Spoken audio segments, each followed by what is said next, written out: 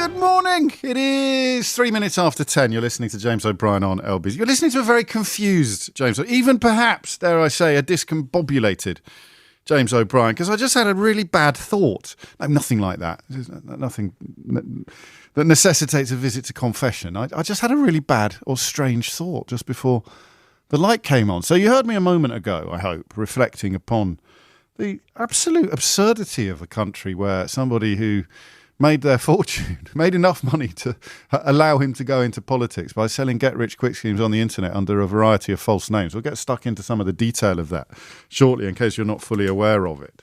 But I worry sometimes when I have a thought literally moments before the light comes on. I worry about sharing it with you immediately without putting it through the filter of cogitation and contemplation. Yeah, you see what I mean? Should I give myself a few minutes to think about whether I should actually say this out loud or not?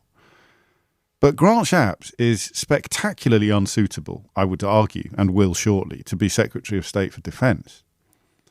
But surveying the talent puddle that constitutes the current Conservative Party, he's far from the worst offender. If it comes down to basic suitability and, you know, in the rear view mirror, you have Jacob Rees-Mogg and Nadine Dorries both achieving cabinet level despite struggling to reach double figures when you add one IQ to the other. And you look across the sort of vista and remember Priti Patel's hideous tenure as Home Secretary. Suella Braverman telling a Holocaust survivor effectively to calm down, dear, when she asked her to stop using language reminiscent of 1930s Germany. You sort of have James Cleverly turning up in Beijing yesterday and telling British newspapers he's going to be laying down the law to the Chinese government. The Chinese government told him to shut up and sit down, which, of course, the diminished post-Brexit Britain has little choice but to do. So you look at this selection of candidates, characters, cabinet-level Conservatives. That's a rather agreeable bout of alliteration. And you sort of find yourself thinking that I understand why Grant Shapps has got the job when you look at who else was available. At one point, well, actually yesterday, last night, because it's in today's newspapers, it was reported that the disgraced former Defence Secretary Liam Fox was poised to become the Defence Secretary. What would his title be then? The disgraced former Defence Secretary, Defence Secretary Liam Fox. I mean, because he is the disgraced former Defence Secretary. He was compelled to resign after it emerged that his friend was I sort of essentially masquerading as a government aide. He'd had special little business cards printed up and stuff like that, despite having no official role whatsoever. It was one of the strangest chapters in British political history before everything went bonkers. So you go back, I think, to about 2012 or something like that for Liam Fox's disgrace. And back then, you knew what a disgrace was. You can't go swanning around the world as a Secretary of State of Defence with your special friend pretending to be an official advisor in the background with some homemade business cards. That's obviously a resignation issue. These days, look me in the eye and tell me they wouldn't style it out. Go on. Tell me they wouldn't style it out. Post-Brexit, post-Johnson, post-Braverman, post-Patel, post-Truss, they'd style it out. They'd hang post-Patterson. They'd try and style it out, wouldn't they?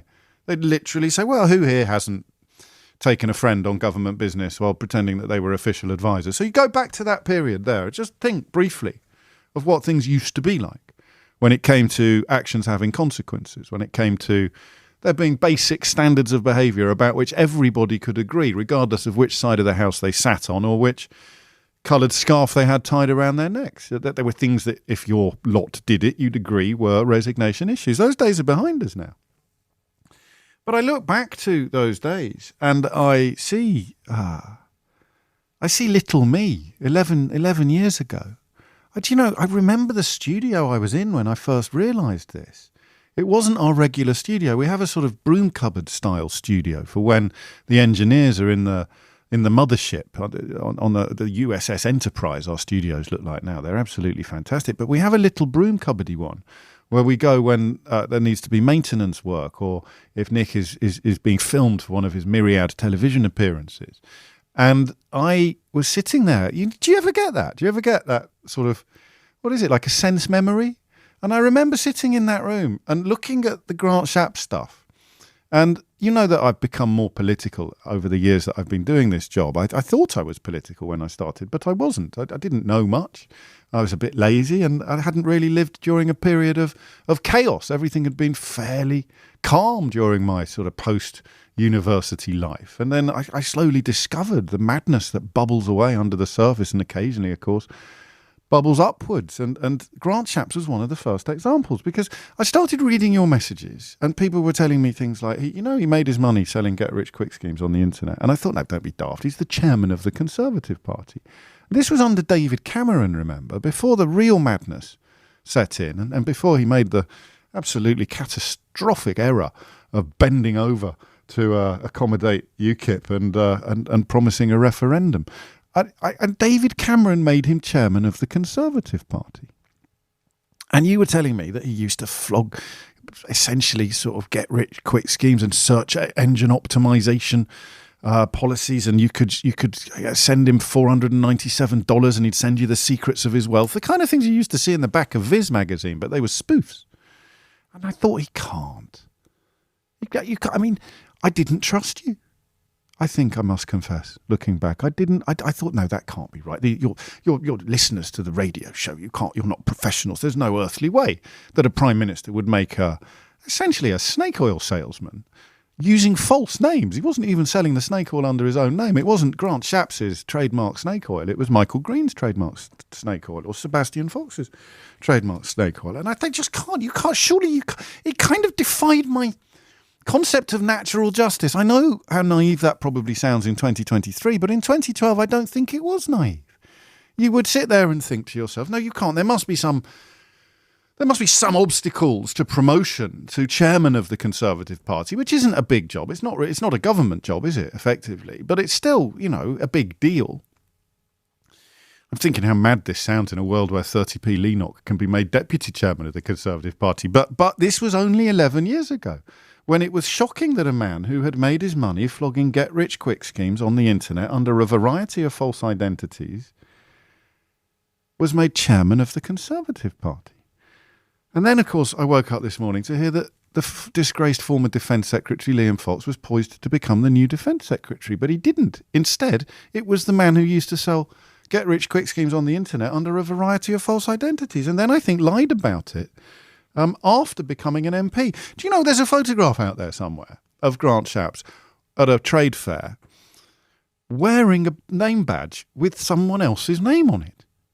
That is now our Secretary of State for Defence. The defence of the realm is now in the hands of a man who was photographed at a trade fair, a snake oil trade fair, wearing a name badge with somebody else's name. Well, not somebody else's name, because that implies that Michael Green exists and that Grant Shapps had somehow stolen his identity. But no.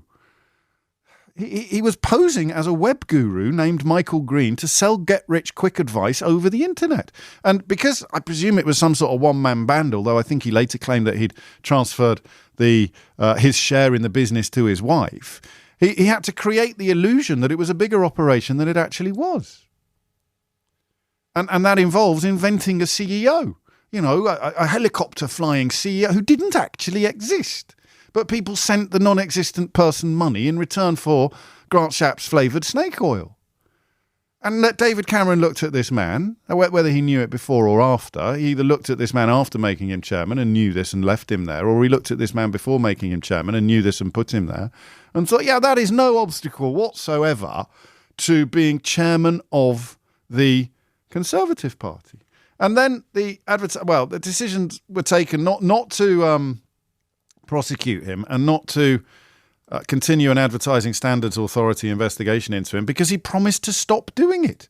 He simply promised that he'd stop making up people to use as either false testimonials or false company members while flogging snake oil. Now, I can't help it because it's been in my head for months and it will be there for a while longer, but I've been writing a book about Broken Britain. I've been writing a book about how checks and balances that we once took completely for granted have exploded. And it goes back beyond Brexit. It's very lazy, tempting but lazy, to blame everything on Brexit. This goes back decades. It goes back, under my thesis, to when Rupert Murdoch bought The Sun in 1969. But there's something broke the day that he was allowed to stay on as Conservative Party chairman, didn't it? You would live in a country, if you were reading about a foreign country, it's how the French foreign minister has been found to have operated a get-rich-quick scheme on the internet using a variety of false identities. You, back in Blighty, reading about the French, would think, good Lord, that's a bit rum. That fella can't possibly stay in the job, can he? And he's not just stayed in that job, but in the course... This is, I mean, truly astonishing when you pause for a nanosecond to think about it. He has, in the course of the last year, had... well, I mean, more jobs than you can shake a stick at. It is truly breathtaking how many jobs he's had. And here we are now, watching him elevated to his most important, arguably, well, not even arguably, to his most important job yet. And, I mean, in terms of what we're going to talk about together, do you know what really worries me? I shall tell you. What really worries me is that there is a part of me, as I list this litany of madness, or madnesses, there is a part of me that thinks, well, maybe it's okay. This must be part of how Trump got away with what, or continues to get away with, what he gets away with. If you're on the sort of, at least reality-based side of humanity, then you can't quite conceive of sometimes the scale of what I'd loosely describe as moral corruption on the other side of the river. You sort of, well, maybe it's okay. And that is almost something like a lifebelt that you cling to in this ocean of moral corruption, of absurdity, of egregious behaviour, of impunity, of a Boris Johnson-led government not long ago. You sit here and you think, well, maybe, you know, maybe the sky is falling in. Maybe that wasn't an acorn that landed. Maybe this is all actually perfectly normal and maybe this, well, possible. Do you see what I mean? That's when I get worried, when I find myself sitting in front of this microphone and contemplating asking you the question of whether or not is this okay? Am I missing something? Is it all right for a fella who has, I mean, not only in the space of the last year, being Home Secretary, Transport Secretary, Business Secretary, Energy Secretary, being made today Defence Secretary, that I think one day would have constituted a phone-in, wouldn't it? To explain to me how chaotic the government has become so that one man can hold all of those jobs in the space of a calendar year. That would have been quite a good phone-in, right? But it doesn't even touch the sides of where we are, because we're looking at a man who I can't say the words often enough. A man who made his fortune selling get-rich-quick schemes on the internet under a variety of false identities, crikey,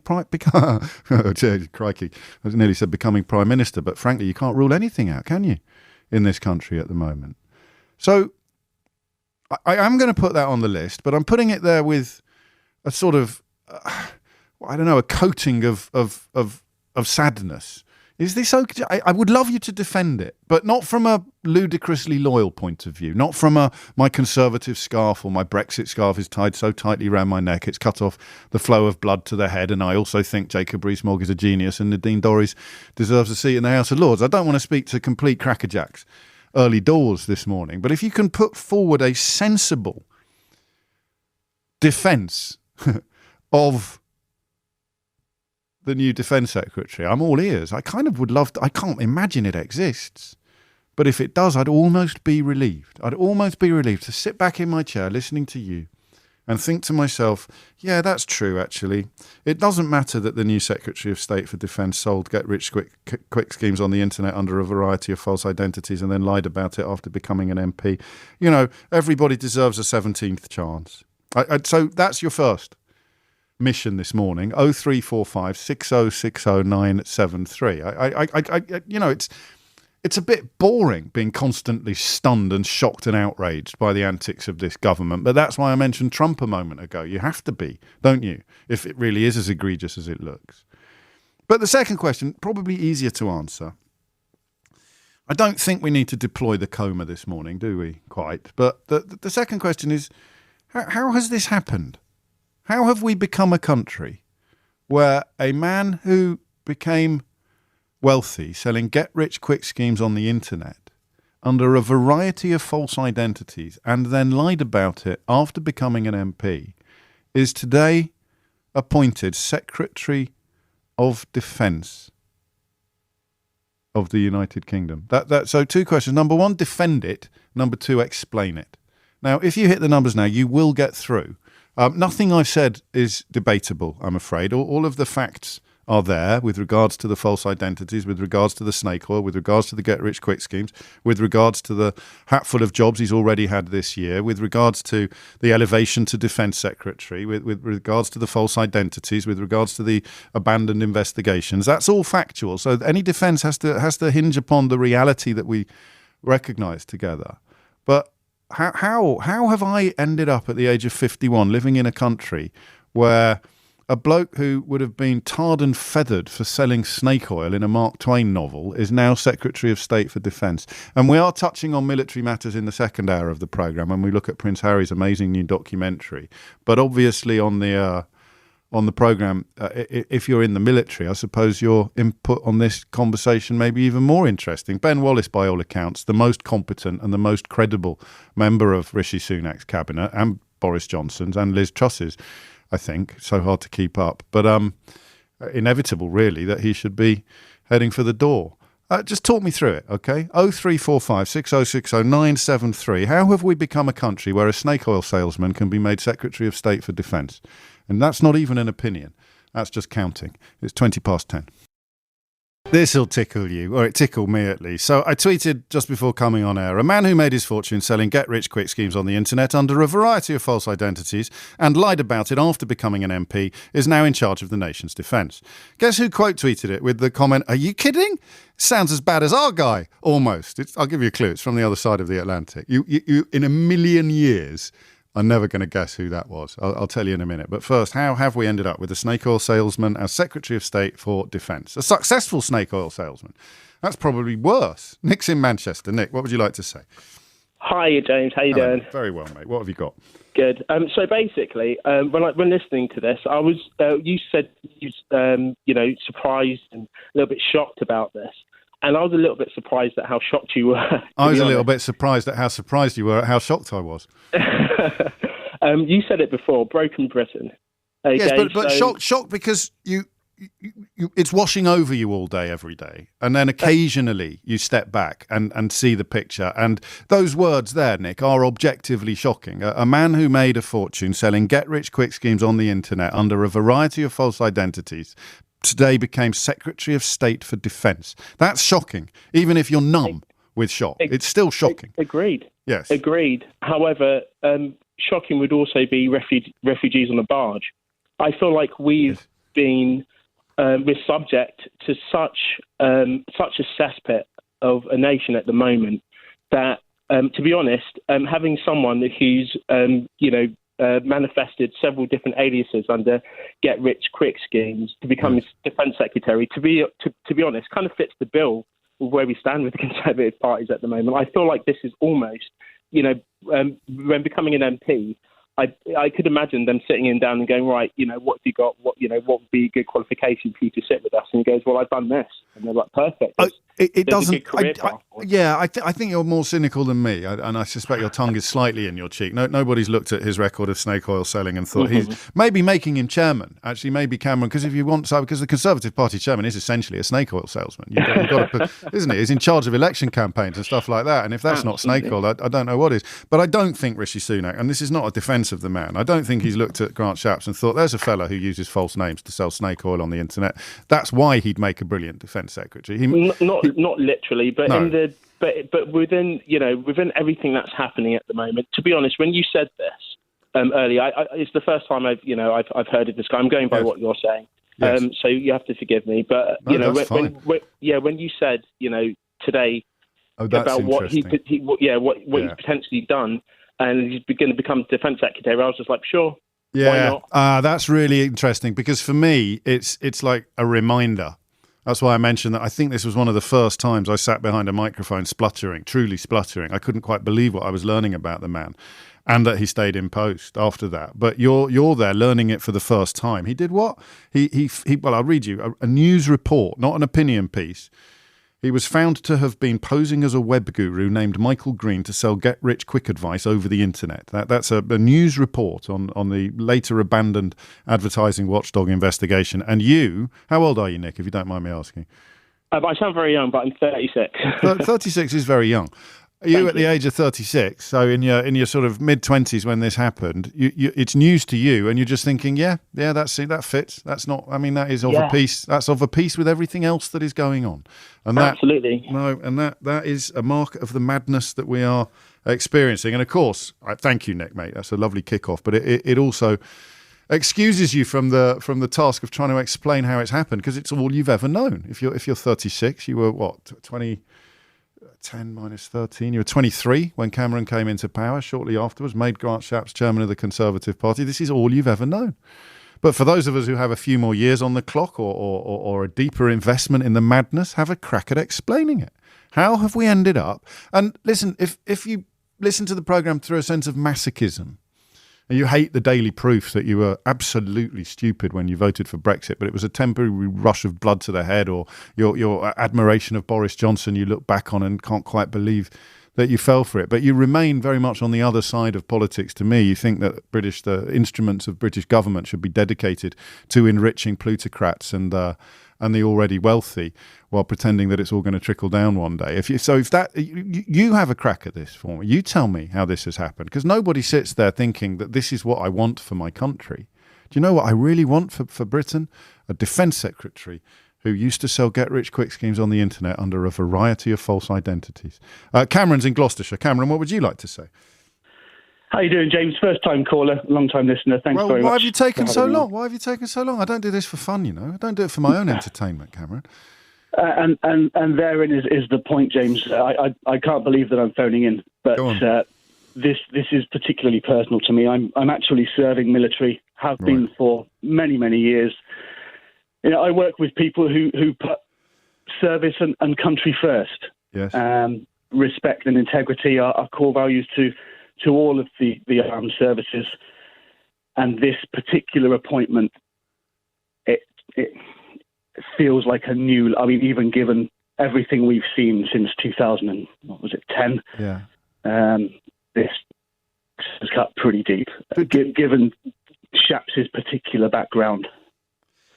I mean, that's an interesting personal perspective, isn't it? Because, he's not commander-in-chief or anything like that. I think that's the king, isn't it, still? But the sense that the person put in charge of the department that decides everything from where you are deployed to how much you get paid to what weapons you have in your possession in war zones, he is a snake oil salesman. So there is a personal dimension to this for you. There really is. There really is. And, you know, I'm old enough to remember Michael Fallon, who had to resign over the allegations of sexual misconduct. Yes. And I remember feeling pretty low after that. This is a similar feeling, to be honest with you. So you almost, I don't know, you tell me, the Secretary of State for Defence you see as almost being in your chain of command. Yeah, they're not a commander-in-chief, but they are somebody who is representative of the armed forces to the public. And it's conduct that would not be tolerated in the ranks, and yet it can see you eased into the Department of Defence as Secretary of State. And that's what cuts so deep. I'm sorry. I wouldn't want to work with that individual, to be honest with you. Would you trust them to fight alongside you? How can you trust him? I mean, who? Grant Shapps or Michael Green or Sebastian Fox? I mean, one of them might be trustworthy. I don't know. But it's incredible. Well, there's another problem here altogether, isn't there? And that's the quality of the cabinet in general. I mean, who else do you prefer? At this, I mean, I'm glad it's not Suella Braverman. Or the disgraced former Defence Secretary Liam Fox, who was in the frame last night, according to reports. I mean, that's another mark of... I mean, we could have been having almost exactly the same phone-in, couldn't we? How have we ended up appointing a Defence Secretary who was, until he was appointed Defence Secretary, the disgraced former Defence Secretary Liam Fox? Do you know, I hadn't thought of the insult to the armed forces angle behind all of this, but you've brought it into shining perspective. It feels like an insult to the armed forces. I hope that if there are any of my colleagues listening right now that they feel, in any way better about this for having heard it from one of their own. It's deeply offensive. Thank you, Cameron. I'm sorry for being the messenger and to mix my metaphors horribly. Thank you for not shooting me. It's 10:30, as in shoot the messenger. You see. Thomas Watts is here now with your headlines. It is 10:33 and we are contemplating a country where we live and where a former snake oil salesman, renowned for selling get-rich-quick schemes on the internet under a variety of false identities, can somehow become Secretary of State for Defence. And listen, I adopt quite a knockabout approach sometimes to stories like this. You'd go mad if you didn't.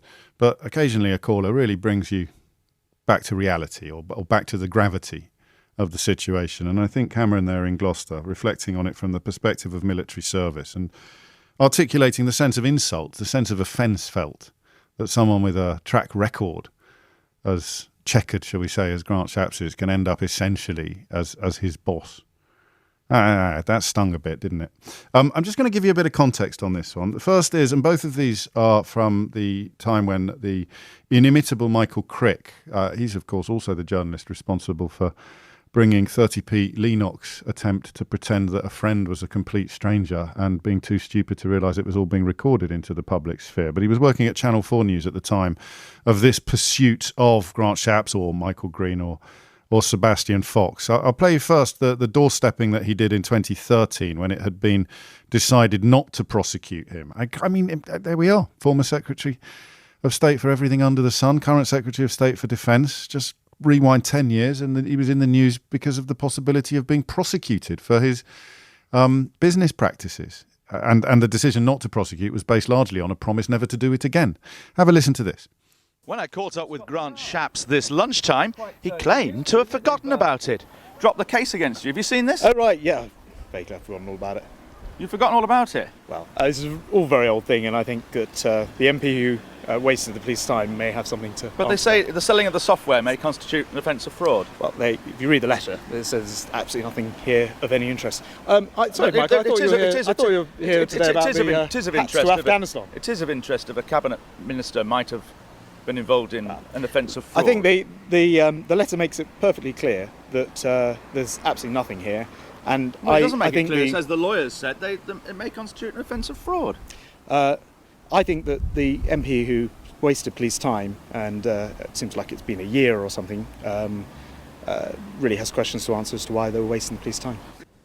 We were talking about Andrew Windsor yesterday, weren't we? And that wonderful piece by Marina Hyde about how if you're in the sort of in the clique, in the cabal, this sort of triumvirate of the Tory party, the right-wing media, and on policy issues at least, the ludicrous lobby groups masquerading as think tanks, those sort of three prongs of a fork that runs the country, then everything is forgivable. So Andrew Windsor sits tight and gets slowly invited back into the royal fold. And I was thinking about that when I read last night that Liam Fox, disgraced former Defence Secretary Liam Fox, was poised to become Defence Secretary again. You just there's no, I don't know what the word is, no sort of moral consequence. And Grant Shapps an even better example of that than Liam Fox, it turns out, perhaps. This is preceding what you just heard. This goes back to about 2012 when Michael Crick was essentially showing Grant Shapps, stroke Michael Green, stroke Sebastian Fox, stroke Corinne Stockheath, stroke current Secretary of State for Defence. Michael Crick essentially showing Grant Shapps his own CV. Have a listen to this. Last year, it was revealed Grant Shapps used to run his business using the name Michael Green. But Channel 4 News couldn't find several of the names on Shapps' website who were endorsing his software products. For instance, Corinne Stockheath of Surrey, England said, "Buying How to Write a Newsletter was the best use of my time ever." But the only Stockheath we could find anywhere was a P.G. Woodhouse character.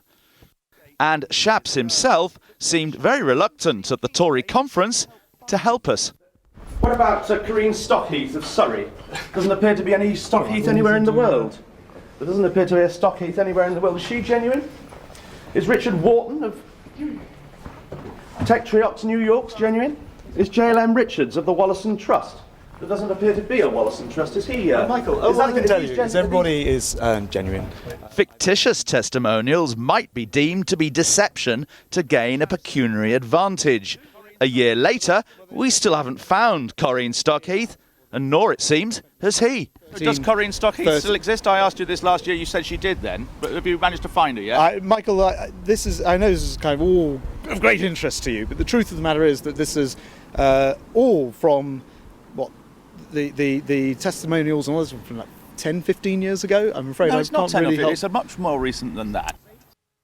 It is incredible, right? There's two fine lines free for you to tell me that this is not as big a deal as I think it is. It's perfectly reasonable for the fella you just heard there being held bang to rights by Michael Crick for selling stuff using false testimonials, made-up people, buying stuff from a company with a made-up CEO.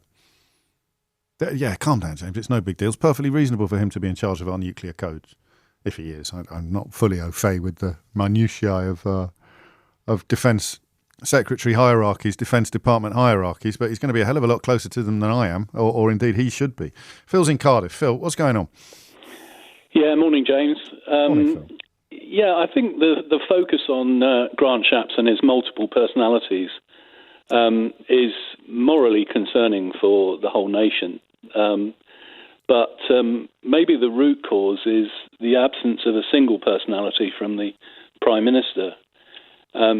You just think, what an imbalance. You've got Grant Shapps with 4 identities, and we're still waiting for Rishi Sunak to really put his personal brand on leading the country. It's odd, that, isn't it? He doesn't. Yeah. You'd really struggle to describe who he is. I think there's a book coming. Well, I know there is because I've been asked to review it for the TLS. About, I think it's by. Well, it has Lord Michael Ashcroft's name on the cover, but I think he normally deploys ghostwriters, accusing Rishi Sunak or describing Rishi Sunak as the most right-wing Prime Minister we've ever had, or the most right-wing, and you look at what members of his cabinet are doing, and you can see what he is apparently comfortable with. But in terms of what he stands for or what he believes in, I couldn't tell you really. Well, just this morning's news maybe shines a little more light on it, as in he clearly doesn't care about the moral rectitude of who he appoints. You're prepared to risk your life in defence of this country, and he's put a bloke that used to flog get-rich-quick schemes on the internet under a false name in charge of your department. It's not a great look, is it?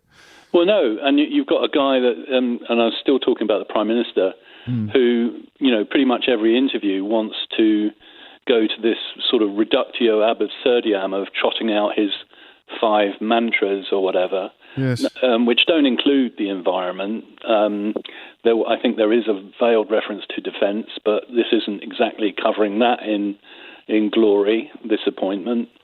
I spent a number of years, not in the military, but I spent a number of years working internationally, including in some, what could be called hardship postings with adversarial hosts. Yes. And the idea of Grant Shapps, turning up and, representing Britain in any kind of defence capacity is, I'm with the guy who you had on Cameron, from the military. And it's interesting sometimes to see ourselves as others see us, as Rabbie Burns almost said, because it was, of all people, I'm being reminded to finish off that hook and tease, the person who quote tweeted me a moment ago was Martina Navratilova, of all people. Yeah. So on the other side of the pond, she's saying, in response to my very brief and completely accurate description of our new defence secretary, she says, "Are you kidding? Sounds as bad as our guy," almost, referring obviously to Donald Trump. It is just bizarre. I take your point about Sunak, but this goes further and deeper than that. Cameron made Shapps chairman of the Conservative Party and left him there after those encounters with Michael Crick that we've all just heard.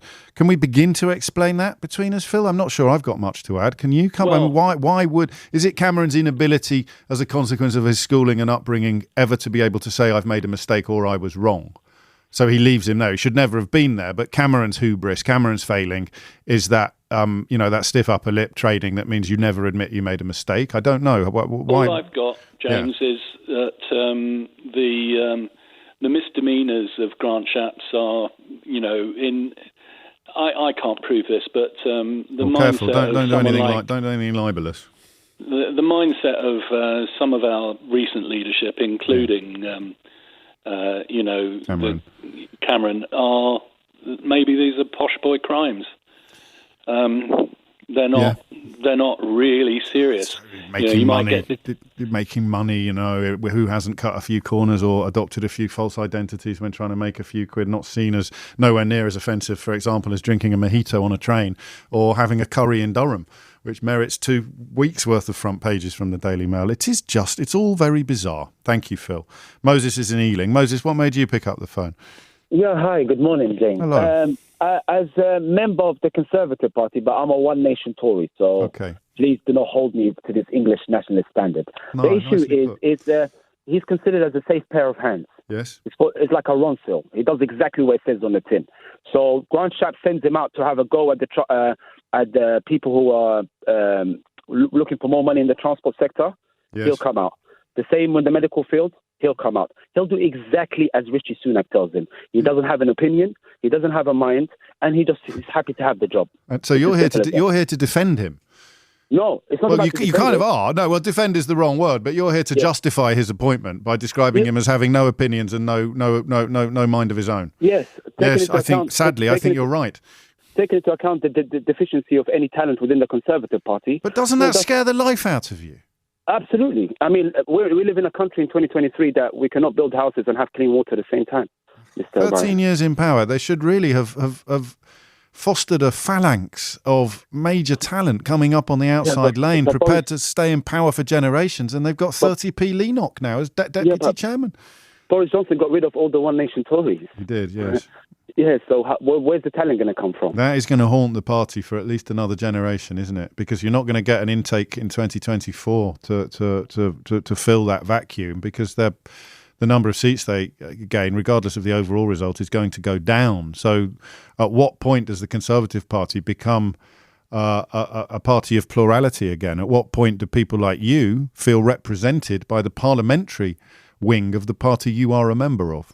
But the Conservative Party, as we speak to today, is 3 separate parties. You have the ERG, yes. You have whatever's left of One Nation Tories, yes. And then you have the opportunists who will fit into either category. Yeah, the shape-shifting, truth-twisting shapeshifters, as it were, who don't really seem to stand for anything except the prioritisation of plutocrats and the defence of donors, really.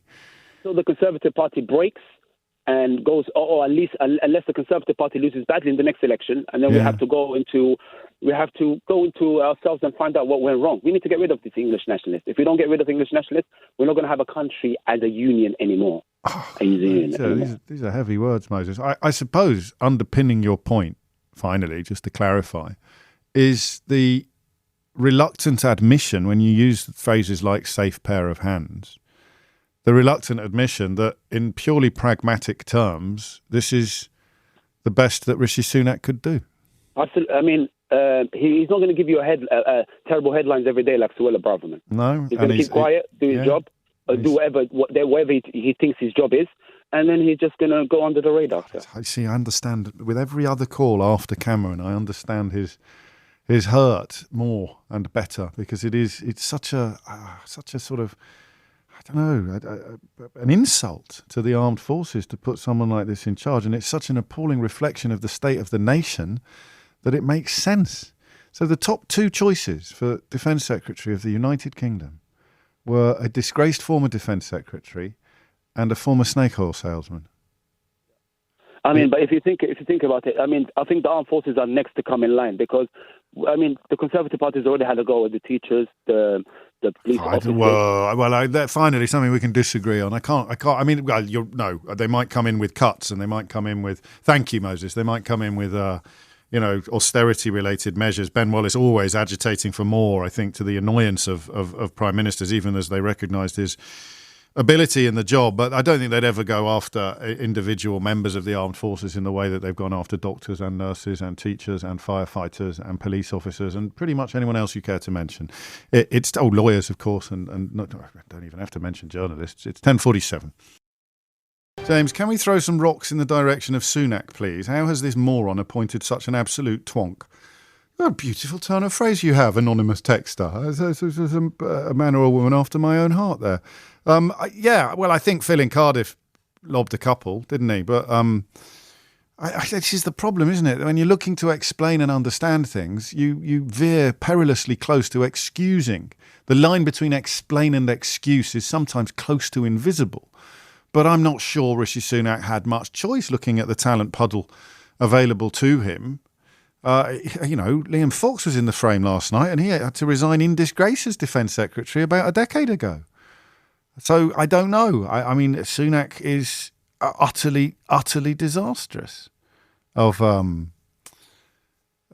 any account, by any standard, except I suppose the people whose scarves are tied so tightly around their neck that the flow of blood to their brain was cut off years ago. William's in Romford. William, what made you pick up the phone? Good morning to you, James. Hello, William. I don't believe we are being governed at all at the moment. We don't have a government. We don't have a prime minister. We have a head boy and a few prefects, none of whom are qualified to run the school. Well, whoever is, though, I know I do understand this point, but politicians are, by definition, sort of unqualified to do. You see what I mean? You don't have to be a soldier to be Defence Secretary. Being a head boy, you might argue, is quite a good training for being a Prime Minister. So who would be qualified? What does qualification look like? He doesn't really understand the job he's got. All he does is swan around the country making promises that we know he can't achieve, and he must know he can't achieve. But you talk about the snake oil salesman. Yeah. You take this back to Boris Johnson, who's the ultimate snake oil salesman. Yes. Right? Yes. At the last election, we were given a choice. There's 60 million people in this country. Yes. We were given a choice between Krusty the Clown and Wolfie Smith. Right? Blast. It's too late for me to nick that and put it in my book. Right. And because we were all so terrified of Wolfie, we put Krusty in the government.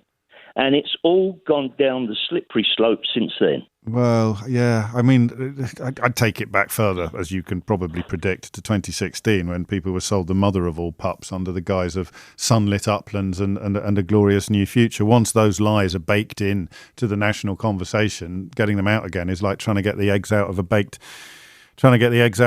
cake. But the Shapps story goes back beyond that, William. It goes back to at least 2011, 2012, when David Cameron allowed him to stay in post or put him in post, despite knowing everything that we've been exploring this morning. James, the only Prime Minister I've had confidence in, and as much as I despise the man, is Blair. Tony Blair. Well, because of basic competence. Well, yeah, he was competent, but he lied us into an illegal war. I remember I watched him stand up in Parliament and tell us we could all be dead in 45 minutes. Yes, you did. But I mean, his defence is, and I have interviewed him about this, that he believed it when he said it, which means it's not technically a lie. Yeah, that's true. Yeah, you can't call him a lie. But when you look back, right, I think he worked far too hard to believe it, would be the charitable way of putting it, perhaps. Yeah, that's a good point. But how far do I go back till I find a government that I was satisfied with and that I thought had the real interests of the country at heart? I don't know. No, for good or for ill, isn't it? It's just at least the good intentions, as opposed to the fairly blatant, in this case, mission to protect the interests of the supporters and donors. And you've reminded me of something else, actually, that I haven't said before. I'm thankfully liberated from what a lot of former public school boys suffer from for their entire lives, which is a sort of form of permanent adolescence. You're stuck in that state because the emotional experiences are so huge and you have so little ability to process them. We'll have a look at elements of this in the next hour when we talk about Prince Harry's latest project. But therapy liberated me from that mindset. But I'm very good at spotting people who are still in it. And when you mention head boy, I am reminded that to become head boy, you're not voted by the other boys in the school. To become head boy, you're appointed by the headmaster. So it's a very different skill set from what we might imagine it to be when we hear those words. Head boy means like top boy, but it doesn't. Head boy means favoured pupil by the teachers, who are often perceived by the rest of the student body as being the enemy of the students. So almost head boy means chief collaborator. God. Just to send you away with a smile on your face, William. I meant to mention that a while ago, but I completely forgot, and you reminded me. Thank you, mate. Take care. 10:55 is the time. Carolyn's in Bradford. Carolyn, what would you like to say? Hello. James. Can you hear me okay? I'm a first-time caller. Loud and clear. To be honest, it doesn't matter whether it's your first time or your 100th time. The quality of the phone line would be unaffected, but it doesn't get better with every call, Carolyn, unfortunately. Indeed. So, the reason I called in is there's a parable in the Bible in Luke 16, which you've probably never heard of, that I can't stop thinking about. Yes. Well, no, it never gets mentioned. Oh, I see. It's one of those ones you read and you think, really? It's a B-side. It's a B-side. It's a B-side parable. It's definitely a B-side, and it's called The Parable of the Shrewd Manager. Oh, yes. And it's basically a manager who's called in by his boss, and the boss basically says, you've been rumbled, I'm going to fire you next week. So put your affairs in order. And so basically the shrewd manager thinks, oh my goodness, I'm going to get sacked next week. What do I do? I've got no other skills. I'm too proud to dig ditches, blah, blah, blah. So he spends the rest of his time in the management position basically currying favour with all those people outside of the thing that can actually give him a job afterwards. So basically he calls in his master's debtors and says, oh, how much do you... right, I'll halve the debt, settle it up. And so he basically cooks the books. And feathers his own nest, to mix our metaphors horribly. Exactly. So when we're discussing, I guess, all the current state of the government, they know they're going to lose the next election, or they're certainly not going to be in overall charge. So it's almost like, you were surprised that they weren't governing the country or weren't taking it seriously or not putting the proper people in charge. Well, actually, their eye isn't on that ball. Their eye is on, what do I do come 2024? Post-election career. I think that applies to much of the cabinet. I don't think it applies to Rishi Sunak. Personally. No, but certainly other people that you might have mentioned. Yes, definitely. And I've been thinking about it for a while now, and every time I listen to you or your colleagues talking about the government and more revelations come out, I keep coming back to this parable. It's like, it explains so much. 900 gallons of olive oil.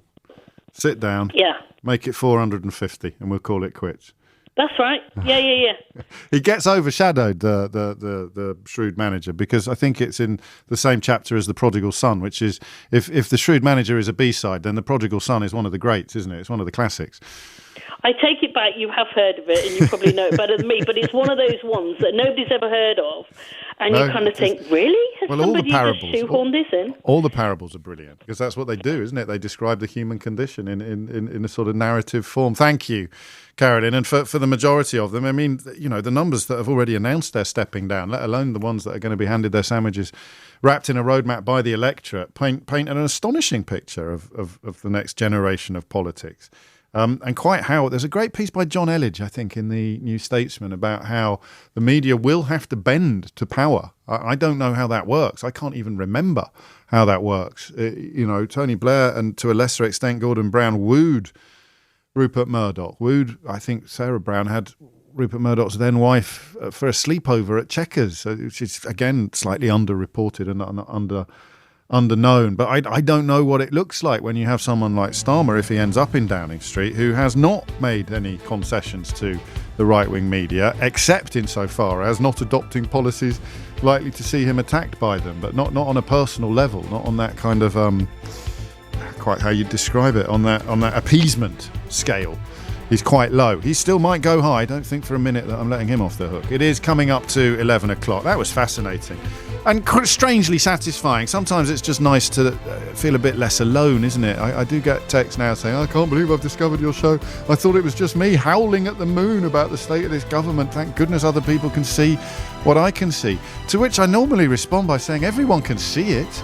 It's just that many, many people are so depressed by it, they've stopped looking. Hello, it's 3 minutes after 11, and I'm going to make a confession that I don't imagine will come as a major shock to you. Sometimes I'm not paying proper attention during the news bulletin. I am sort of doing a little bit of housework in the studio or attending to my ablutions or having a large slurp of tea or something like that. And like you, it's a sort of background noise, and that something occasionally pops out from the background noise and slaps me around the face like a wet kipper. And that just happened during that news bulletin. We've just spent an hour explaining that Rishi Sunak's options for Defence Secretary came down to a bloke that used to sell get-rich-quick schemes on the internet under a variety of false identities, and a bloke who resigned as Defence Secretary 10 years ago in complete disgrace. But those were his choices. That's essentially what it boiled down to. They were the front runners, and in many ways the only runners. And I just heard a voice on the news. I don't know whether you were paying attention either. I just heard a voice on the news describing such a non-existent scenario that I wondered whether I'd accidentally nodded off and started dreaming. And so I said to the team, who the hell was that? And it turns out it's the current chairman of the Conservative Party, Greg Clark. So the current chairman of the Conservative Party, Greg Clark, is describing the talent available to Rishi Sunak in appointing a new Defence Secretary, a choice which boiled down to a disgraced former Defence Secretary and a former snake oil salesman who sold get-rich-quick schemes on the internet under a variety of false identities. By the time you've put that through the reality mangle of the modern Tory party, best described, I think, in the last hour by Conservative Party member Moses, by the time you've put it through the reality mangle of both the modern media and the modern Conservative Party, you end up with Greg Clark's description of what is objectively, a choice between a disgraced former Defence Secretary and a snake oil salesman who used to sell get-rich-quick schemes on the internet under a variety of false identities about which he lied after becoming an MP. Now, that is a reality. That is an objective truth, what I have just shared with you. And this is how the current chairman of the Conservative Party, ably assisted, of course, by his deputy, 30p Leandertol, this is how Greg Clark describes it. Rishi Sunak was spoiled for choice here, and that's a positive thing. And the fact that he's chosen Grant Shapps out of a very capable and competitive field, yes, very capable. I think shows the disgraced bloke. Great confidence that he has in Grant. Yeah, absolutely. I mean, he didn't even believe it himself, did he? He didn't even believe it himself. Right. Altogether more serious matters now. I wasn't 100% sure about doing this, but something about Cameron's call touched me in a way that means we are going to have this conversation. It's something we used to talk about a lot. It's easy to forget the stuff we talked about before British politics blew up. You know, I was saying to Eleanor yesterday that August is traditionally the silly season in journalism because Parliament isn't sitting and the news runs dry. And I said, this year has been particularly dry. Why is that? And she reminded me last year that we were in the middle of a leadership battle that would essentially choose the next prime minister. So the notion of normal has been completely abandoned in recent years. But when things were normal, i.e. prior to 2016, one of my most popular hobby horses, that's not quite the right phrase, one of the things that I felt strongest about was the mental health of military veterans. I got involved in a wonderful charity called Combat Stress, who work in that field, and not just mental health, but also physical rehabilitation. And it was a really gratifying theme that emerged during our conversations. I'm getting Greg Clark mixed up with Greg Hands, am I? Yeah, sorry, my bad. You're absolutely right. Never mind, the point stands. I remember that theme emerging of military veterans and firefighters, men who thought of themselves and were thought of by the rest of us as macho, right? Not being able to talk about their mental health. And so the toll that was taken by trauma became magnified and exacerbated by a enforced code of silence. And I think we're breaking it. By we, I mean as a society, as a country. And I think that among his many, many achievements, Prince Harry's greatest achievement is possibly to remove the stigma from mental health trauma among military veterans. And hand in hand, I think these two projects go together.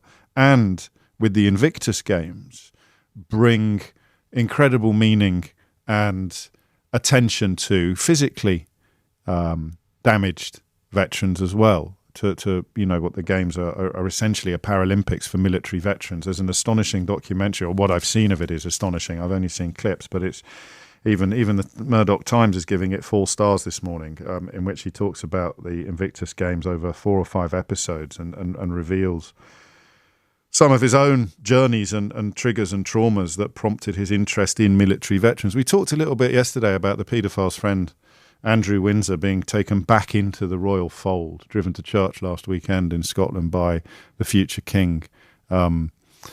It's Greg Hands, not Greg Clark, unless that's another alias of Grant Shapps, says Mark in Hampshire. Thank you to everybody who has corrected my mistake from my own news bulletin. That's a new low. But the conversation yesterday about Andrew Windsor being rehabilitated by a royal family that continues to treat Prince Harry with contempt was breathtaking in many ways. And yet this new normal that we find ourselves talking about today extends beyond politics, doesn't it? And right into the royal family. So his mission, really, with the Invictus Games and his conversations about health, mental health therapy, is to help. It is to help other people get out of the kind of holes that he has found himself in his life, and to help his former comrades, his former brothers and sisters in arms, to find meaning in lives that have been horribly damaged by injury in the line of fire, injury in service. I mean, you know, if you sat here 10 years ago and were asked to define a royal life that would buck the trend of meaningless ribbon cutting, you'd draw a picture that looked a lot like Prince Harry, I think. I really do. And yet, such is the conspiracy of horror shows. He's public enemy number one, with, you know, not just social media, but all manner of other outlets dominated by people who've been completely groomed and gaslit by largely racist, often misogynistic depictions of his wife and him. It is breathtaking. Draw me a picture of what a really valuable royal looks like. So a royal whose contribution to public life is really valuable. What could they do? So first, and you can be really cynical about it, okay?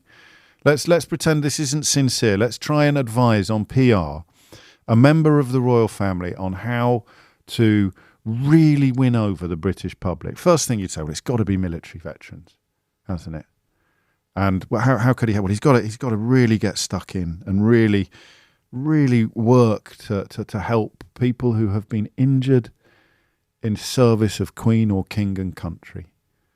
And then you'd have to make sure it was real. You know, you'd have to have a project that spanned years and touched upon hundreds, if not thousands of people. You'd have to have a real depth of commitment, and you'd have to have evidence that the people you were helping, this is where perhaps if you were doing it insincerely, the whole thing would fall apart. You'd have to have evidence that the people you were helping were deriving enormous comfort and power from your involvement and from your work. And Hearts of Invictus, this documentary released in the run-up to next month's games in Dusseldorf, well, essentially that is a PR man's dream, with the added unbelievable dimension that it's all true.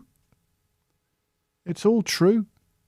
And yet here we are, just, you know, start the stopwatch now for the next vile misogynistic attack on his wife and the next lazy attack. Well, actually, don't need to start the stopwatch, because in this documentary series, he talks at some length about his own journey. He talks about losing his mum at such a young age and never really dealing with the trauma. You're not aware of the trauma. Worse than that, you're in a family and you're going to schools where you are taught that there's no such thing as trauma. There are just stiff upper lips.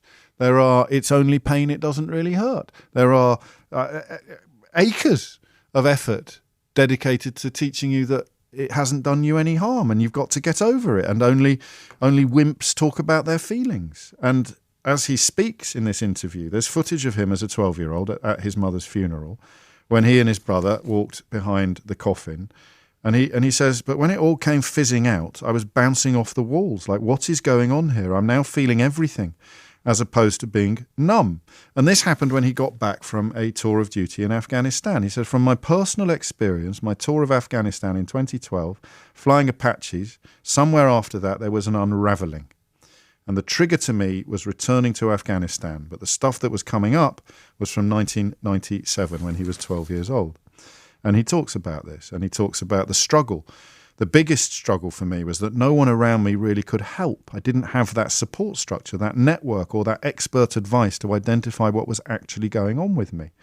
And he says, and I recognise this personally, unfortunately, like most of us, the first time you really consider therapy is when you're lying on the floor in the fetal position, probably wishing you had dealt with some of this stuff previously. That's what I really want to change. Are there any more beautiful missions in life than seeking to alleviate the suffering of strangers? Can you think of a more valuable, a more powerful mission in life, or a more powerful task to set yourself than seeking to alleviate the struggles and the suffering of strangers? Yes, I can, James. I think that, such is the nature of our relationship with the armed forces, that if those strangers and those struggles were to be endured by military veterans, then it becomes an even more powerful, an even more beautiful mission. And that is the fella that you'll turn your telly on if you watch any of these weird new channels. You'll turn your telly on tonight and see him being slagged off, see people queuing up to attack him. It's a beautiful thing. It's a beautiful thing. It's an objectively beautiful thing. And I'm really sorry if people in my line of work have turned you into somebody who can no longer see that. I'm really sorry. I almost feel a sense of responsibility sometimes for what passes for commentary or journalism in this country. If you have been turned into someone who now sneers or spits or grimaces at the description of what Harry is trying to do, it's not perfect, clearly, but nobody is. But if you've been turned into someone who is now sneering at what I've just described, then I feel so sorry for you. I really do. Because that must be an awful place to dwell. And bizarrely, it's not a million miles away from what he is describing. It's as if your brain has been invaded. It's as if something is rotting inside you, and trauma can feel like that. And he is obviously on a mission to improve it. I've always wanted the Invictus Games and the support that comes with that all year round to be a net to catch those individuals. Just think about that. Reminds me of my favourite book, actually. The Catcher in the Rye, where Holden Caulfield doesn't know what he wants to do when he grows up, but he misremembers a children's song and thinks that he wants to stand on a cliff top stopping children who are playing in the field, in the cornfields, probably Theresa May, playing in the cornfields from going over the cliff. I love that phrase. I want the Invictus Games and the support that comes with that all year round to be a net to catch those individuals. Which individuals? The individuals who really need help dealing with their trauma. And in this case, the trauma is inspired by military service, but goes right back to the experience of losing his mother at such a young age, and by his own account, having nobody really to look after him. You've got to remember, I've got sympathy for King Charles in this context, that he was sent to Gordonston by his dad precisely because his dad wanted him to be somebody that didn't explore feelings or articulate pain, someone whose lip was so stiff that it never even quivered. And Charles was obviously manifestly unsuited to that sort of environment, as he had said so himself. But it is frankly astonishing that he has managed to achieve as much as he has achieved, particularly in the face of the kind of abuses that are visited upon him on a regular basis. So how do you think the Daily Mail's treated this? Go on, have a guess. How do you think the Daily Mail has responded to what or described or reported what I have just described to you? The Daily Mail has elected to put it under this subheading. He's been quiet for months, but now the Duke's back on Netflix and moaning there was no, quotes, support structure, end quotes, to help him after Afghan tour. Show me a military veteran describing their mental health difficulties and then justify the Daily Mail using that as a grounds for abuse. Moaning. That word moaning. It's doing a lot of lifting there, isn't it? You know exactly what they're implying. They're moaning, undermining everything that he's done, claiming that it's somehow self-serving or egotistical. And yet, I don't know, they can't help themselves, can they? Moaning there was no support structure to help him after Afghan tour. So, forgive me, I've gone on a bit longer even than usual on this one because it means so much to me, this, because the work, the power that he's already achieved could be magnified enormously if he wasn't swimming against the tide of abuse from almost every corner of the British media. And this is why the deal with Netflix is so interesting, because it allows them to bypass all of the traditional channels, all of the traditional outlets, and go straight to the audience, as it were. But what I want you to talk to me about this hour, I mean, you can talk broadly about the power of therapy or what indeed he's done and what it means. But I want you to talk to me about the support structure that the Daily Mail is taking the mickey out of today. the absence of the support structure. You come back, you need help, or someone you love needs help as a consequence or in the aftermath of military service. I mean, as a country, all of those people being vile about refugees and claiming we should look after our military veterans, oddly, often seem to be enemies of Prince Harry, who's dedicating a significant part of his life to looking after military veterans. It's funny that. It's almost as if they're completely dishonest hypocrites, a lot of them. But you know what he's talking about. You come back from war and you need help and it's not there. Tell me about that. Talk to me about that. 0345 6060 973. And then talk to me about, if you want, you don't have to, you can just confine the conversation to your own experiences. Talk to me about what Harry's involvement has meant to you, whether or not somebody like that coming out and laying it all out there changes the way you look at yourself, changes the way that you think about things. So what is there when you get back from war? What support? The Daily Mail today, I think, and it was probably a bit throwaway this, it's not like the enemies of the people front page or the crush the saboteurs or the Our Remaining Universities, attacks on the rule of law, attacks on academic freedom, attacks upon parliamentary democracy. I've said it before and I'll say it again. If you ever bump into any of these monsters, ask them what British values you think it is they do stick up for, because I haven't got a clue. And today I think as a bit of a throwaway line, they are mocking somebody describing the absence of mental health services for returning military veterans. They are taking the mickey. These people who've never been near a front line in their lives. The editor-in-chief of the Daily Mail famously never has to buy new shoes because he only ever walks on carpet. The only time his shoes ever encounter hard surfaces is the walk from his office to his chauffeur-driven limousine. And today they are mocking a man for pointing out the paucity of support for returning military veterans. Take a moment out of your morning, if you can, and if you will, to talk to me about what that support structure is or is not like. And talk to me also about what Prince Harry's work is bringing into your life when you can zone out all of the hatred, the abuse, the misogyny, the unpleasantness and the forelock tugging racism. It's 21 minutes after 11. 0345 6060 973 is the number you need. I think I've stolen his thunder a bit by quoting large portions of what you're about to hear, but I think it's important to hear it in his own words. So have a listen to this. Look, I can only speak from my personal experience. My tour of Afghanistan in 2012, flying Apaches. Somewhere after that, there was an unraveling. And the trigger to me was actually returning from Afghanistan. But the stuff that was coming up was from 1997, from the age of 12. Losing my mum at such a young age.